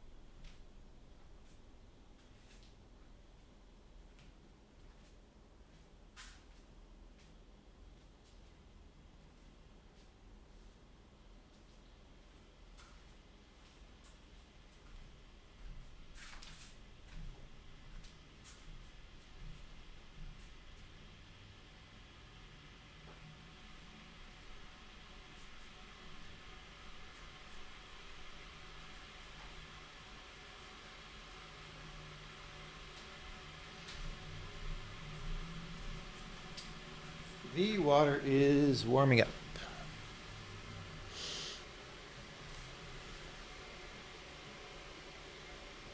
Your nephew plays nothing but Roblox. Well, rip. Okay.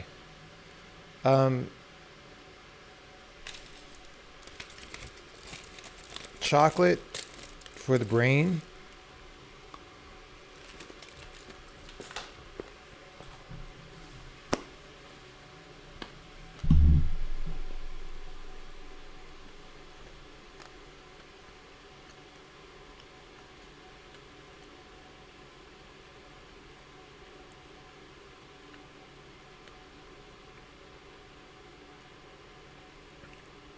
What's the downside of releasing a single player game in early access? You dilute most of the potential for excitement at a new game, right? Because it's already out. So then when you finally make the game good and do the full release, it's not new. So there's just less excitement around it, right? Now that only really matters if you knew how to build and capitalize on excitement of a new game, which is harder these days than it used to be. So it may not actually matter in reality. Does chocolate or tea help me work? I don't know, but they're good.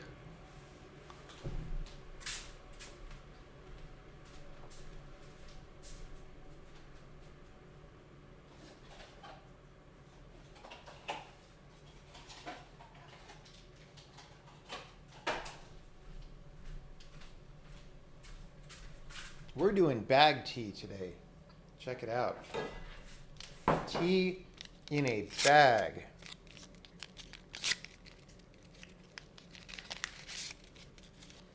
Chocolate is basically NZT. I don't know what NZT is.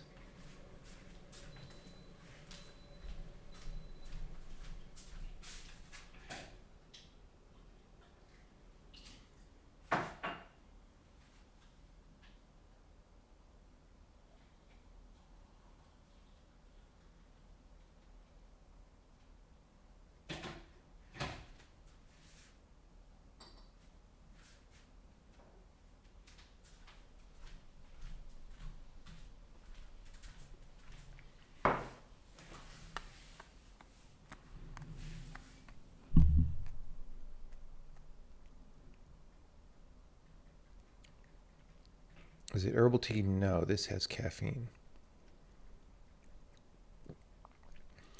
Which nation has the best programmers? I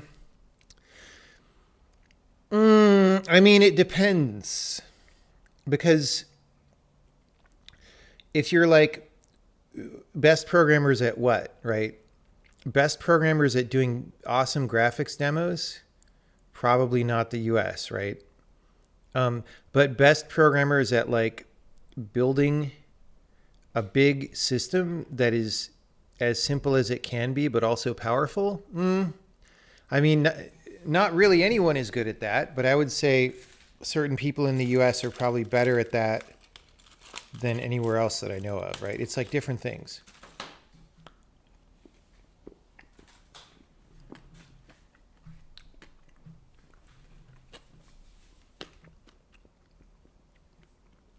It's like, look, there's guys who make really amazing demo scene demos, right? And you're like, I didn't know a computer could do that. But those aren't the same guys who make games, right? Because games they're just a different thing.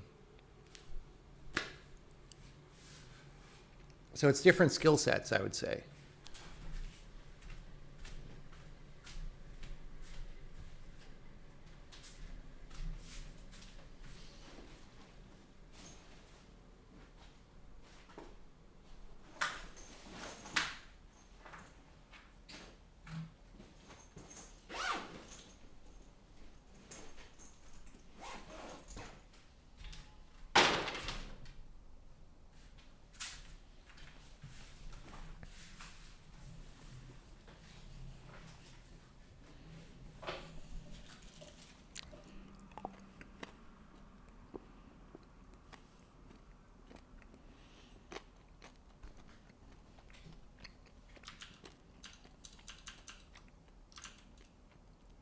mini F. Press F to JSON. All right.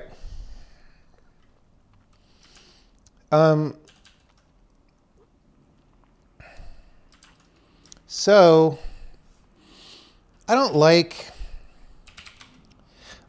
big complicated subfolders with lots of things, but it is what it is.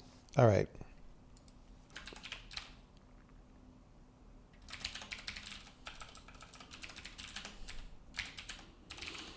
Okay.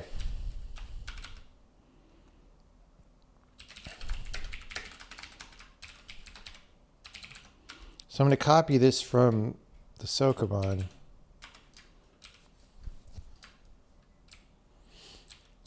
Our Sokoban metaprogram is like 1,000 lines. We don't really want that.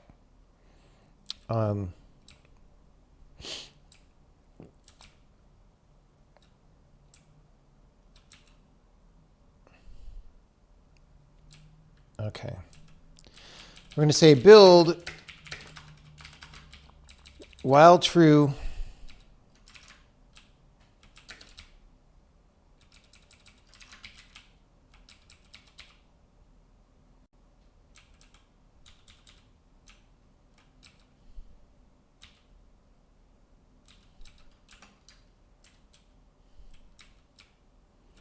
I'm just going to delete all these things.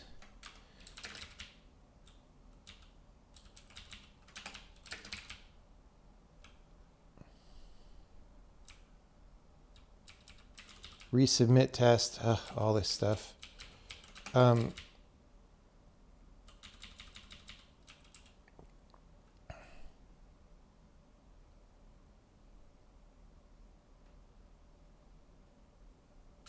What do we do for complete workspace?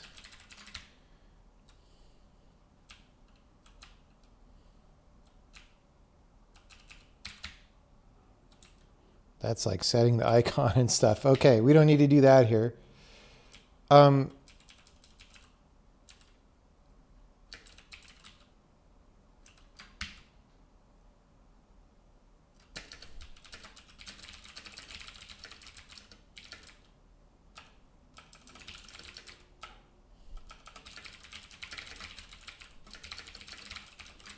Actually, we could even do that. Right? All of this is just stuff that we're doing.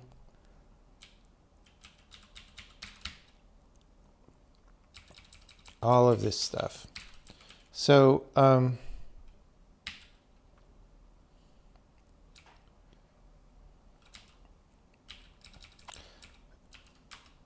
we're going to say, like, we don't even need this using anymore.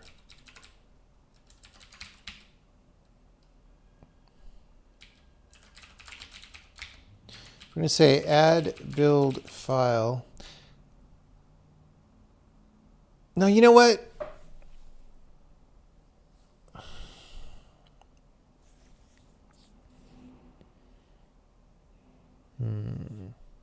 Now let's leave this two separate things.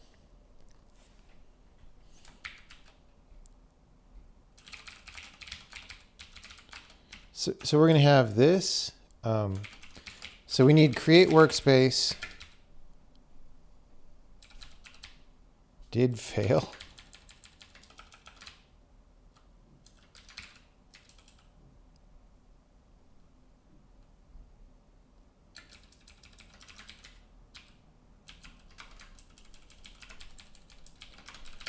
Create a second workspace to contain the program we want to compile. So we're going to want basic and import compiler. Okay.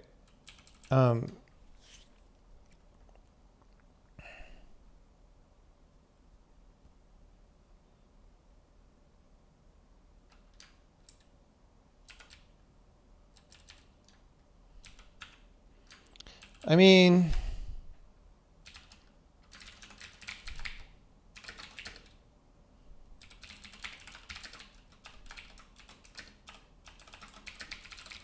whatever.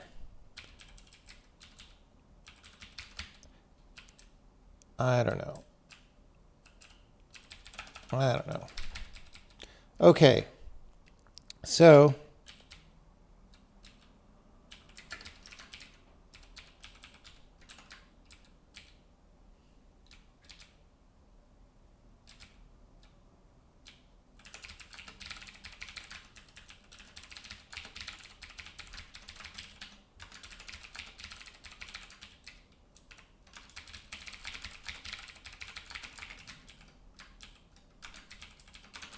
you need to call compiler begin intercept before adding any source. Here we add any source that we wish to compile. Call build, which will handle the messages, and call compiler and intercept when done. Okay. So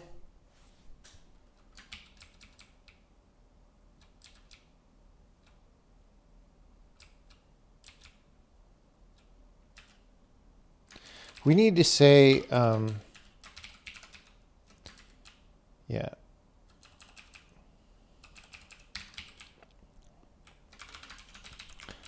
The goal of this program is actually to compile another program.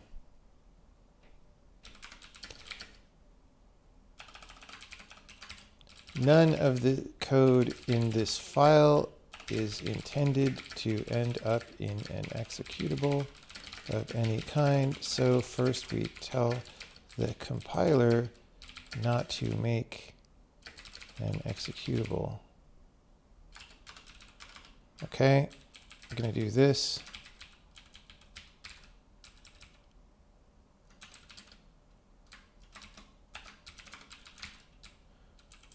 Okay. So this is sort of a simple metaprogram now, right? So, hey, we don't want any output for us because the default is to make an executable. We make another workspace. We begin intercept. We add the source. We call build. We end intercept, right? Okay. So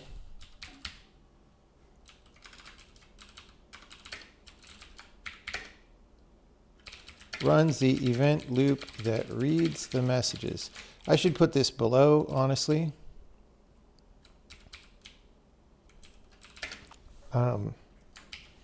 Runs the event loop that reads the messages. Oh, my tea might be oversteeping. Wow. I haven't had this tea in a long time. It's actually kind of old, I think. It's not as strong as it used to be. Why add files in main? Where else should I add the files? What do you mean? What do you mean? Okay. Runs the event loop that reads the messages. You can do whatever you want with those messages. The goal of this example is to demonstrate porting from C, so those are the only checks we will run here, but you can make your own checks, checking for whatever you want. Okay. So we will say,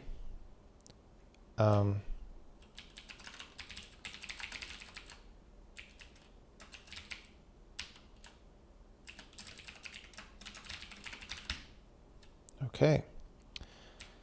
We want to import check as well. And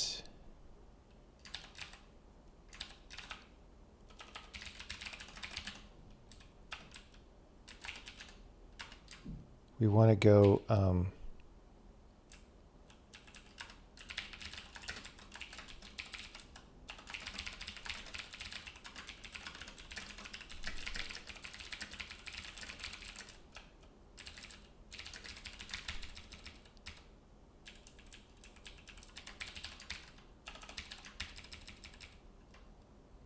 And then check C porting message settings.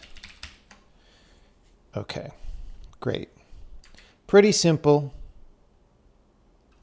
Of course, I made lots of dumb mistakes, but oh, we actually need, did I add this?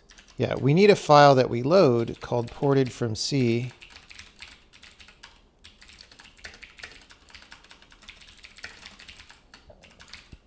All right.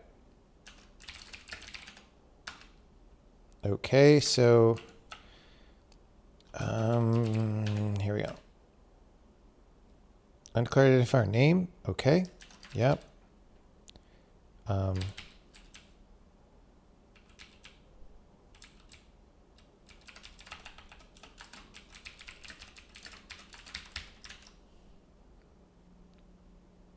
C porting check settings.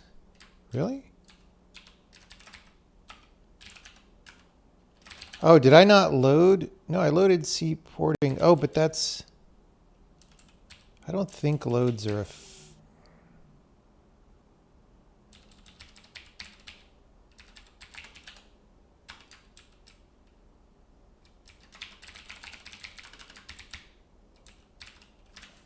right? C porting check settings. Am I stupid? What's going on?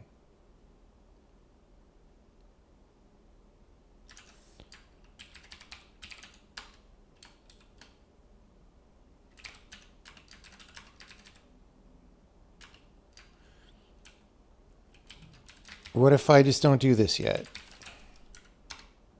Okay.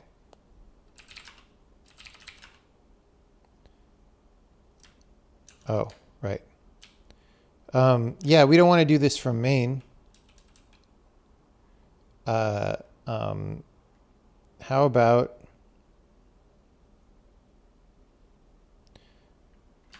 instead of build, let's call message loop.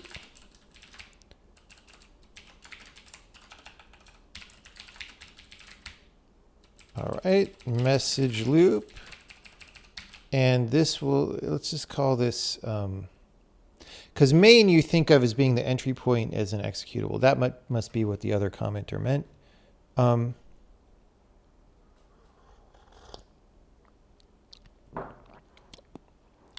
Used to be 300 viewers and now we usually hit 500. It could be time of day. Like whenever I stream more in the morning, it's like more Europe friendly of a time.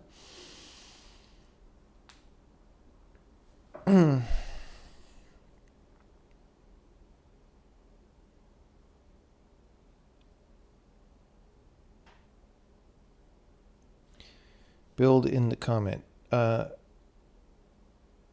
Didn't I just? Oh, here, this one. Okay, so this, I'll call this build, I don't know. And then we'll say run build. That's what we want.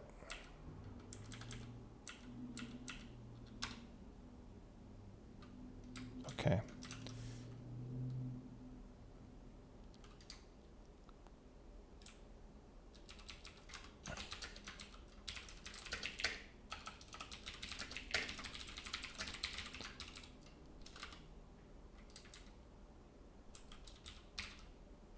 I don't know why we're not breaking, but what is going on?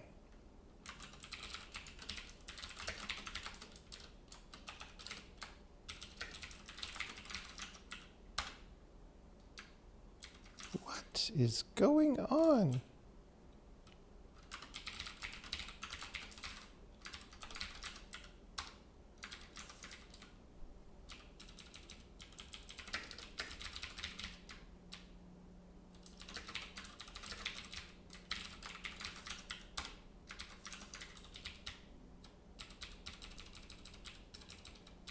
This is really weird.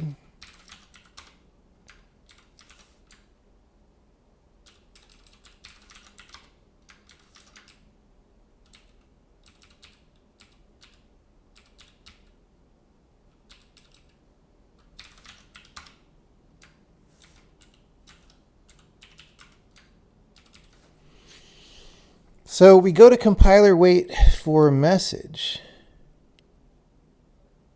Why does no message ever happen?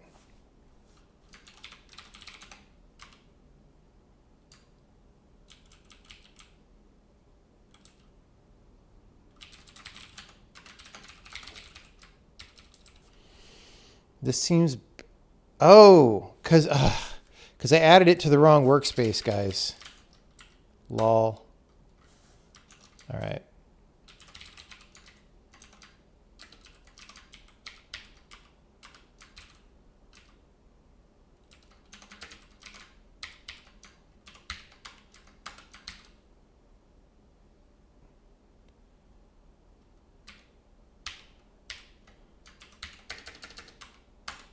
All right. Whatever. Okay. We need to check the message for complete for some reason.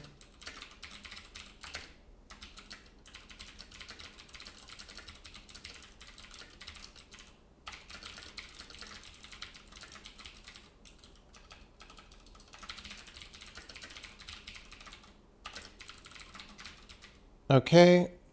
Okay. So we run build, we do the thing, we get rid of our stupid high. We're back to something reasonable. Okay, now.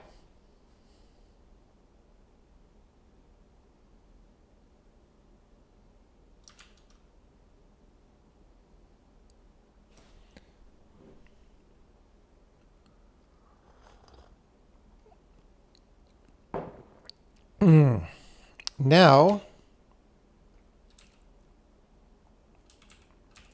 what is the deal with this? Like what?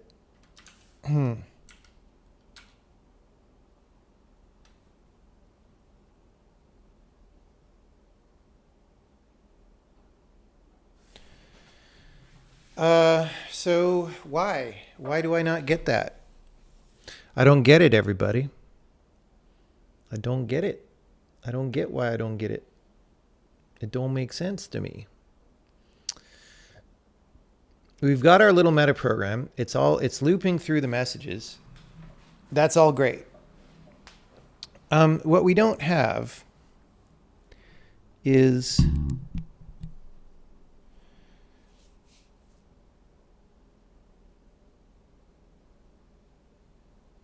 this declaration. This import of check should bring it in.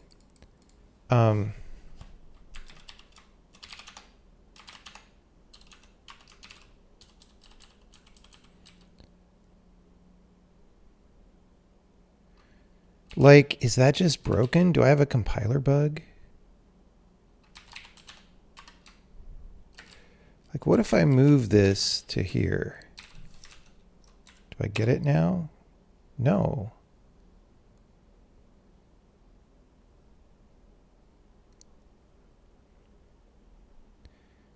See porting check settings.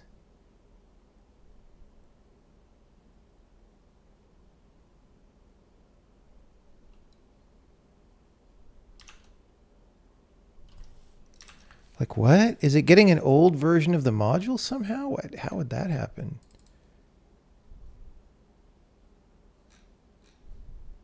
Wait, this is still there. Oh. Lol. Okay. Yeah. Okay. So we don't check if there's a single file available. We do not check if it conflicts right now with a folder version, because that would take more time, and I don't necessarily like that. But like, well, that was confusing. You know what I'm saying?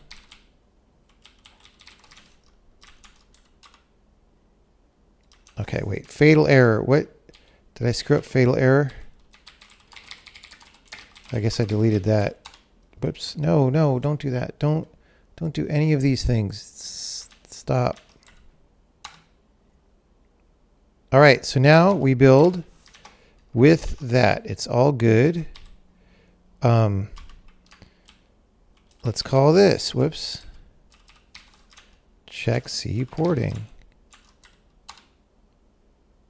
Okay, well, it didn't like that. I did something bad.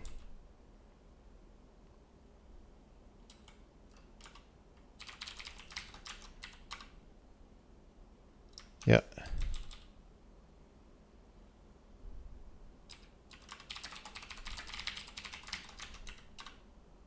No, it's not the problem.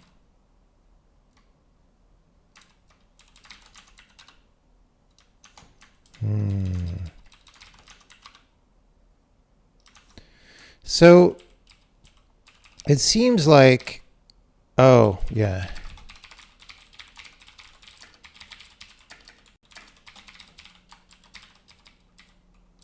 Okay.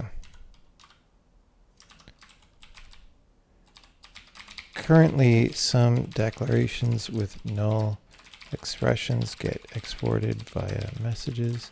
Not sure if this will be the way it goes eventually. Okay, so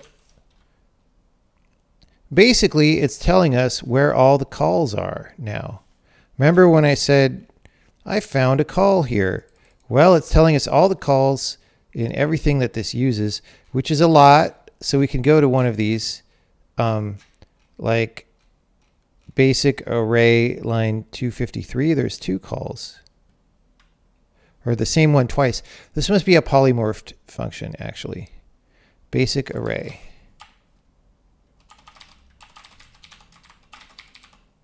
$253. Yeah. So that's the call to array reserve.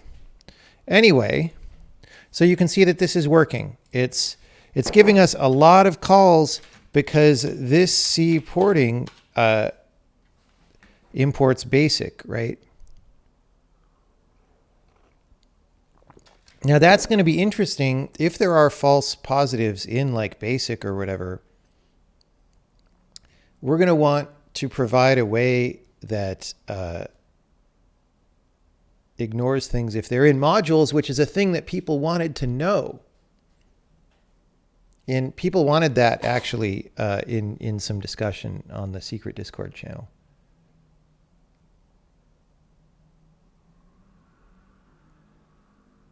Okay. This is pretty good. So now, in a call, well,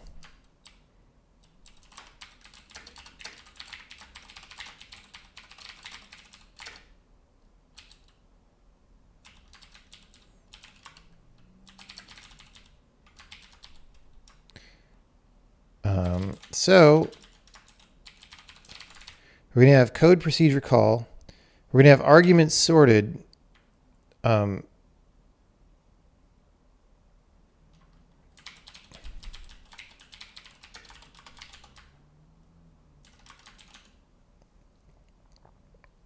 And here we should have a type. Yeah. So we want to say if any of the arguments is an array type,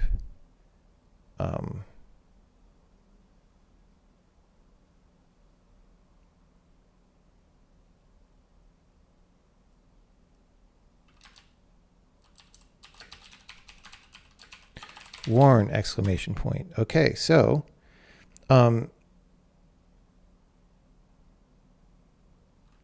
type is it, let's call it arg so we don't have too many nested names, is arg dot type, right?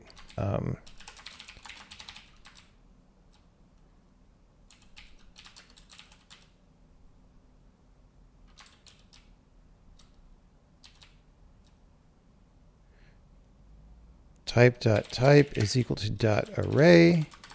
Then array is cast type info array onto type.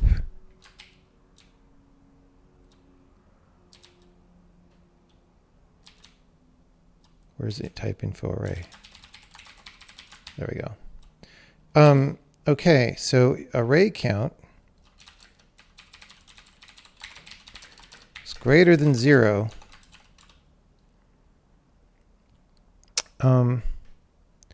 Compiler report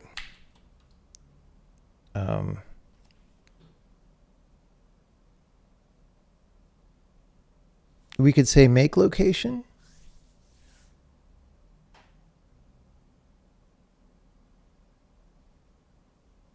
We had in our Sokoban, we had this little thing called make location.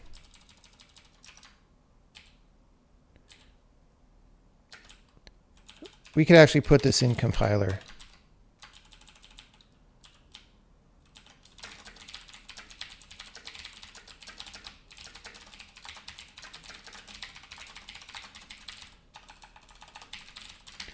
Okay, so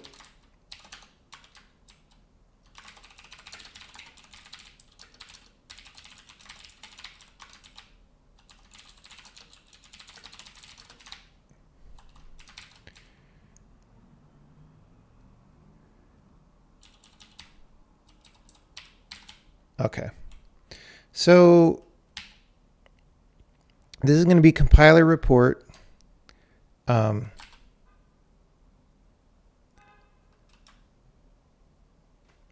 Whatever, make location of array, and mode is warning. All right. What is the report going to say? Passing a fixed size array to a procedure. We can make this better later. So now the question is, do we ever see this? Well, so first, yeah, this is not make location of array, because we don't want the location of the type anyway. We want the location of the arg, right? This is an alternate reality game. Okay, so we don't have any. And that's no surprise, because like we wouldn't do that in BASIC or anything. So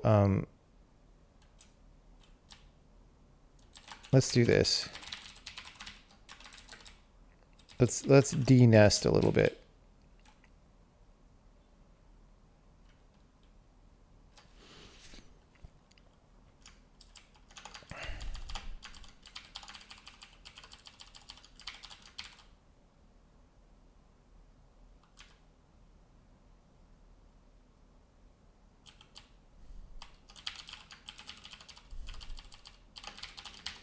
Okay, that's a little bit less extreme than what we just had. So now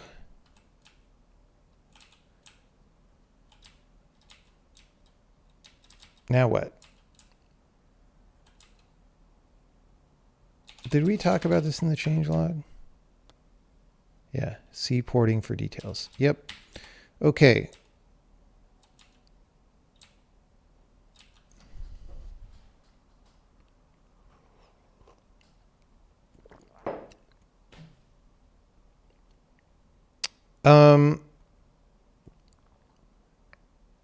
So we need to make an example, right? So we have our ported from C. Let's just do a thing. Callee gets array of, what was the exact example? It wasn't a function call.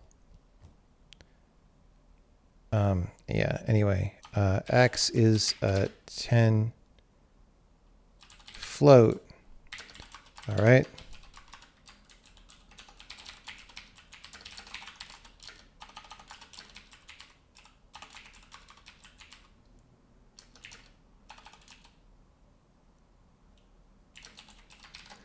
Okay, so whatever, right? So we're going to say A is a 10 float, and then callee of A, and we want to detect that, hopefully.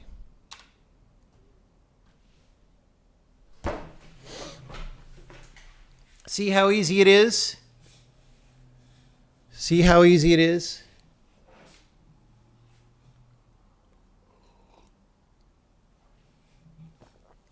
Wasn't it an assignment of an array? That's a different check. They're sort of two different issues.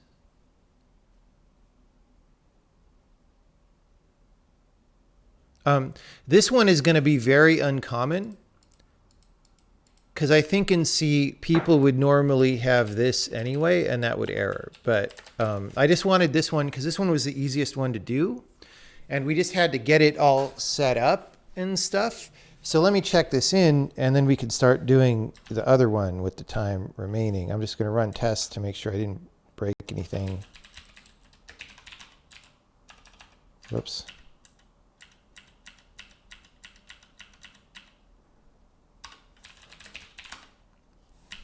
Let me check my email to make sure I didn't break the Sokoban build on people.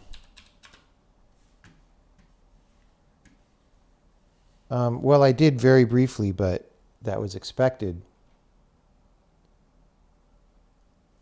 Okay, great.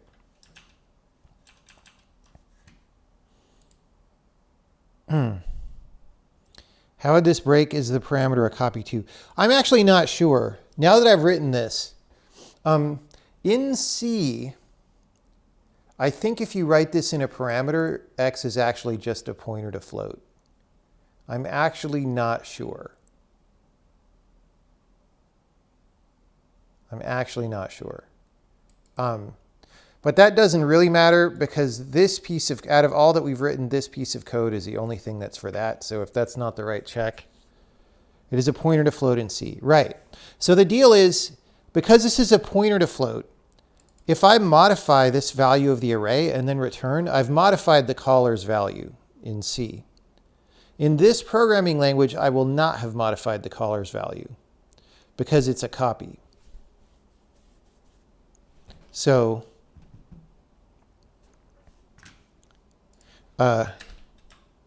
in C, this would not create a copy, so local modifications would change the caller's array.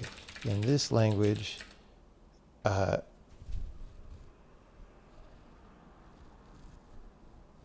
well,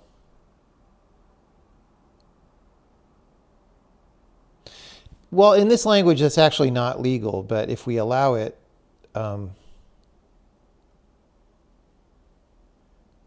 anyway.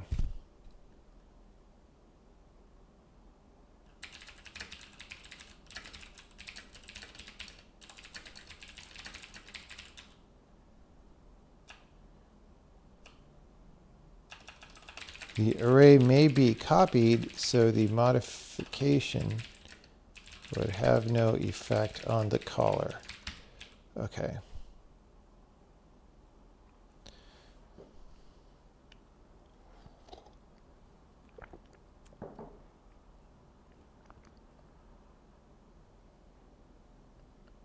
You were surprised that a : equals array makes a copy too. Well, it's about consistency.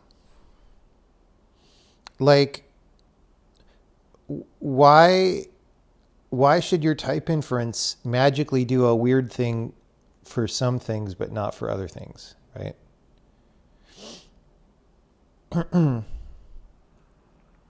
Like, why is an array not a value type?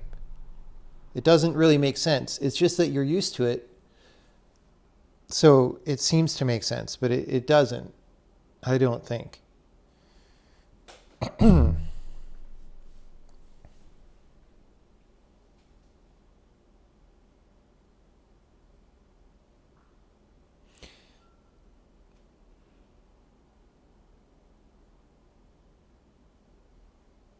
Maybe add a little line to how you fix it. Well, I'm not sure how to fix this one. Okay. You can fix this by explicitly passing a pointer to the array. Actually, we did have an instance of this instead of the array itself. Yeah. We actually could go to the line of code and like modify it to show the result, but that's like a higher powered thing that I don't want to worry about right now. What I want to worry about is just catching the right errors. All right. So, what is,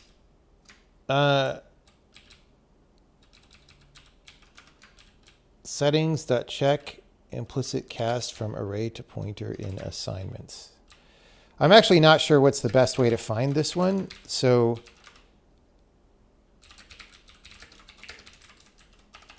I think a cast, right?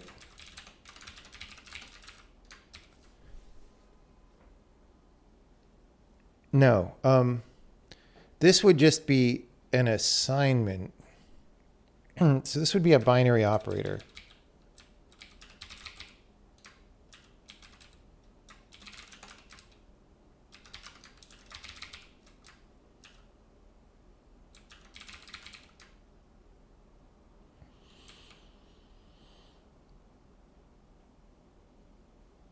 I guess that's in preload.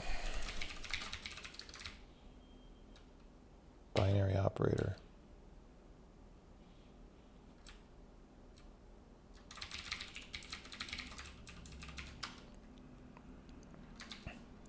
Let's actually make, let's make a helper function is fixed array type.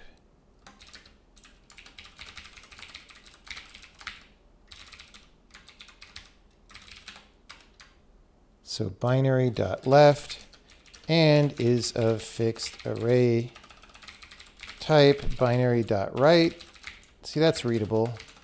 Then we're just going to say for a second, compiler report cowabunga, comma,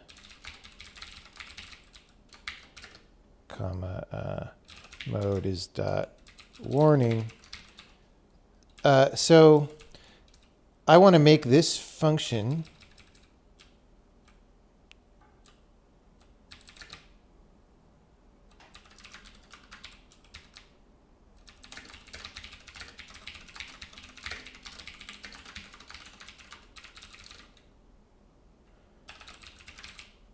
and I want to use it up here to shorten this.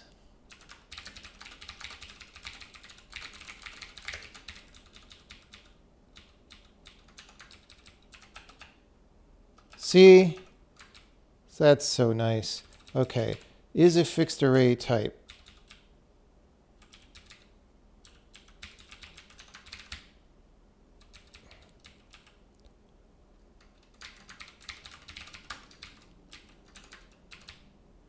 If it's not equal to array, return false.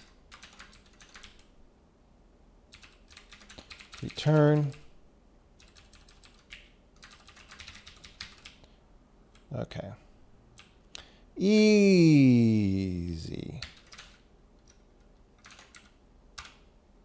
No, that's the wrong thing. Oh yeah, binary, I forgot to cast that. I was doing it a little bit out of order and didn't totally do the thing.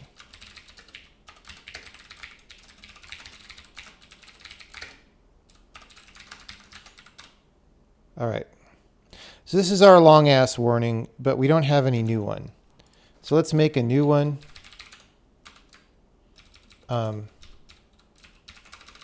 B is 10 floats.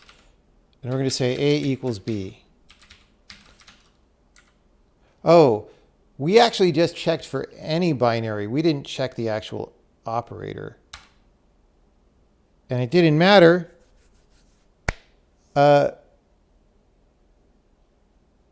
Because we didn't see it. That's weird.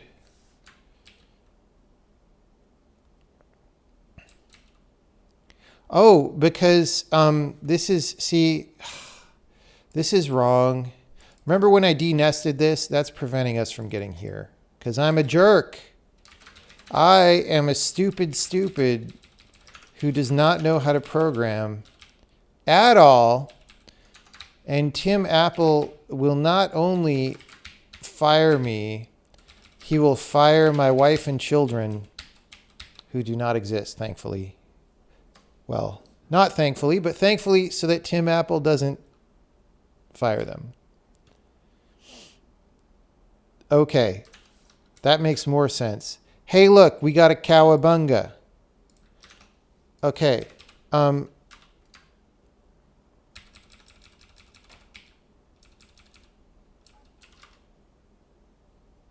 If binary.operator type is equal to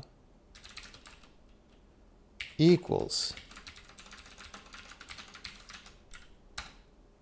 cowabunga. Okay, so see, this is easy peasy.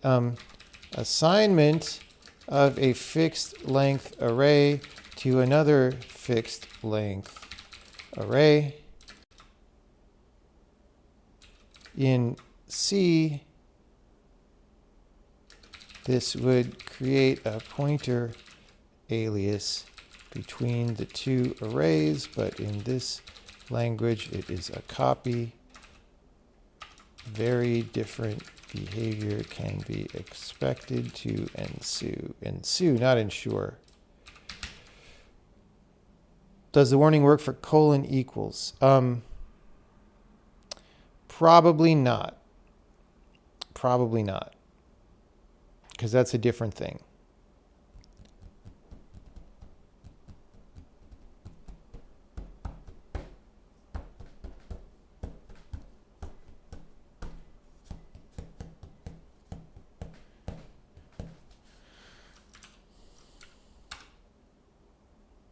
Yeah.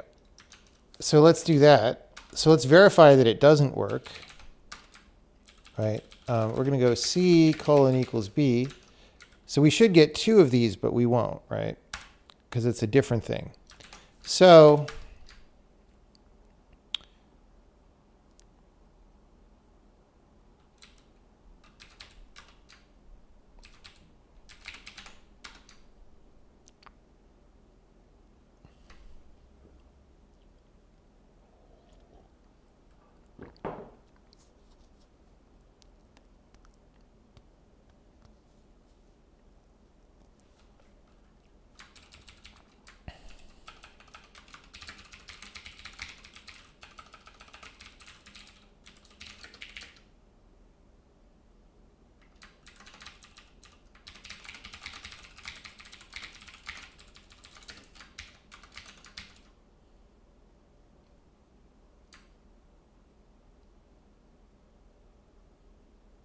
oh, you know what?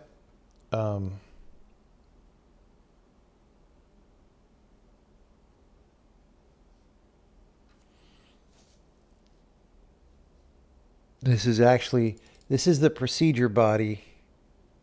Right. Okay.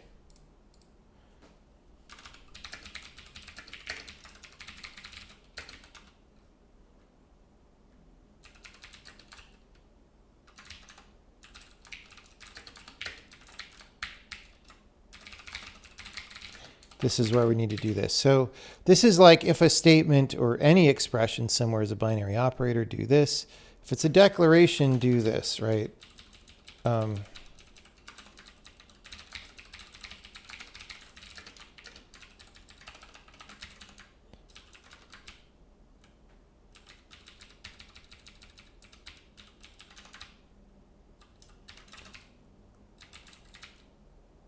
Declaration of a variable. What would you say? It's a variable. Of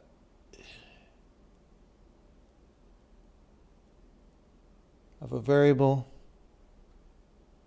that gets its type from the right-hand side expression, which here is a fixed length array. Yeah. Okay. Undeclared identifier binary, because it's subdecal. Great. Whoa. Whoa, Nelly. Oh, because I did this wrong. At least. Okay. So there we go. We caught both flavors. See? programming can happen. Could you do a suppressed note? Well, the problem is notes don't go in arbitrary places right now. So I think what this will reveal once people start using this is that we then have a use case where we really wish we could put notes in certain places where we currently cannot. And then that'll drive improvement of the notes in a reality-based way.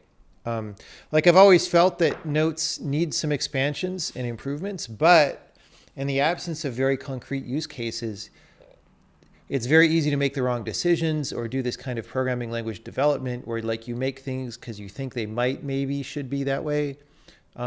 But this is like, no, actually, look, I'm porting something from C. I'm fixing things. Hey, I checked this. This is actually what I want. Why can't I just get this thing to frickin' shut up, right? And you could imagine other ways of whitelisting it, but they're all going to be annoying. So you could pass a callback or a function that checks the file and line number of the thing, but the line number is going to change while you edit the program, right? So you don't want anything line number based. So I do think that's going to drive a modification of notes.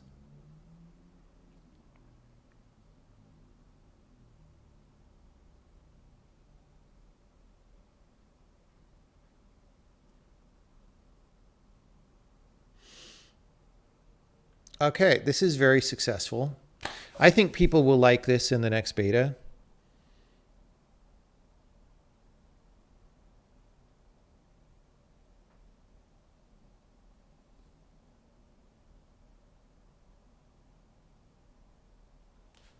I should say fixed size array or fixed length.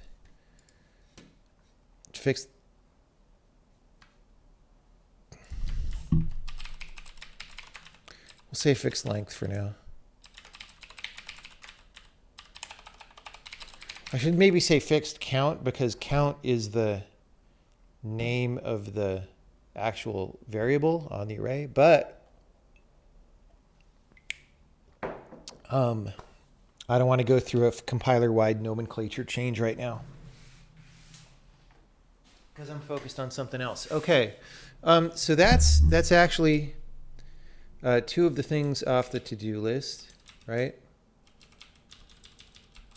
The number ranges one I think we're going to do later on because this is about time to end the stream for now. But we're making great progress. We have an example of a metaprogram that people will appreciate. It's doing a specific job that people will appreciate.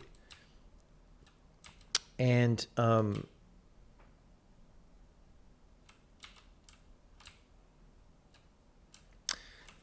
so we want to finish the job by checking for more things. The number ranges one is pretty easy. Shifting and the multi-dimensional array thing, I don't have a clear picture in my mind of what exactly those checks are, but maybe we can talk about them later. And like I'll probably be on again probably after 5 p.m. my time. So like 5 hour, 6 hour break. Anyway, so the job will be to build out the rest of this to do those other checks and then to do the how-to of a general metaprogram. Which would just be where were we? Which would just be basically a version of this thing that we did, this simple metaprogram. But instead of doing C checking, it would do something really basic like,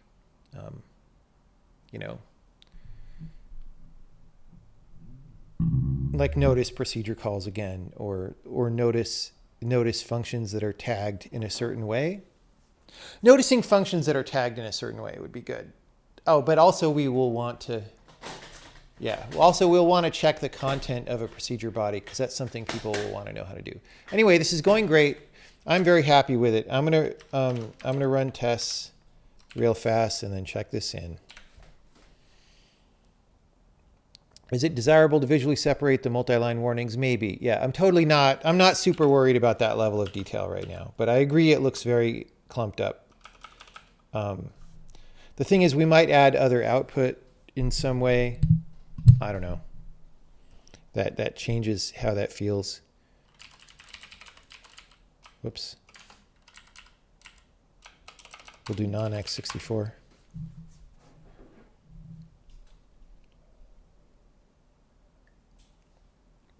Yeah, I agree that it could definitely be more readable, for sure. For sure.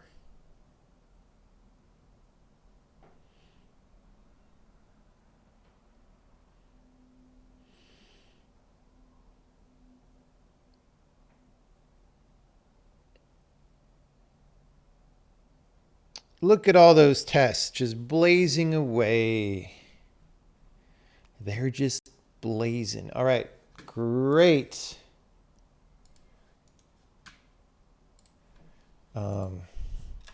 Partial implementation of C porting. Check in modules. Check. Boom. Great. Is there a way to alias the way C does while keeping the size information known to the compiler? No. I mean, the way to do that is to just make an array view. Like if you want bounds checking, you would make an array view, right? But you don't, that doesn't act like a fixed array, right?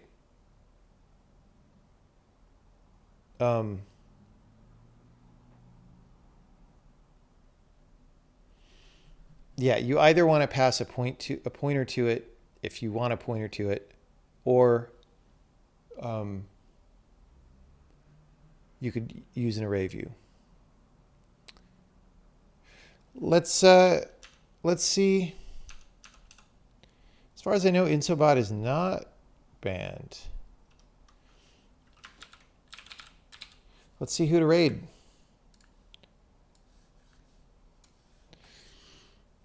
Oh, we could do, is she programming or just doing modeling? It'd be fun. I could run the game. She's doing modeling. You either run it yourself or I can put it up on stream. Or something. So I don't want to throw people at modeling if we're programming. So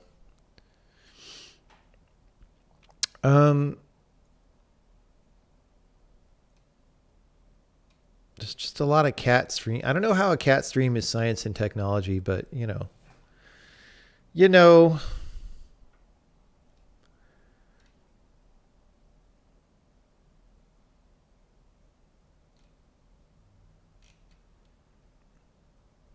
It's a wasteland, everybody. Mortuary assistant, game development.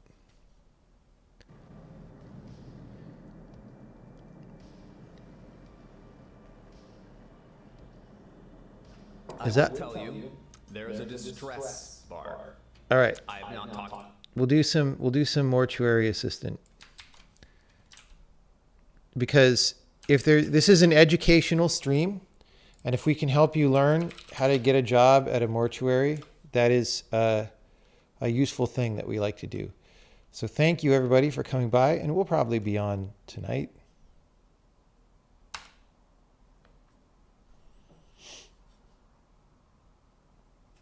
Bye everybody.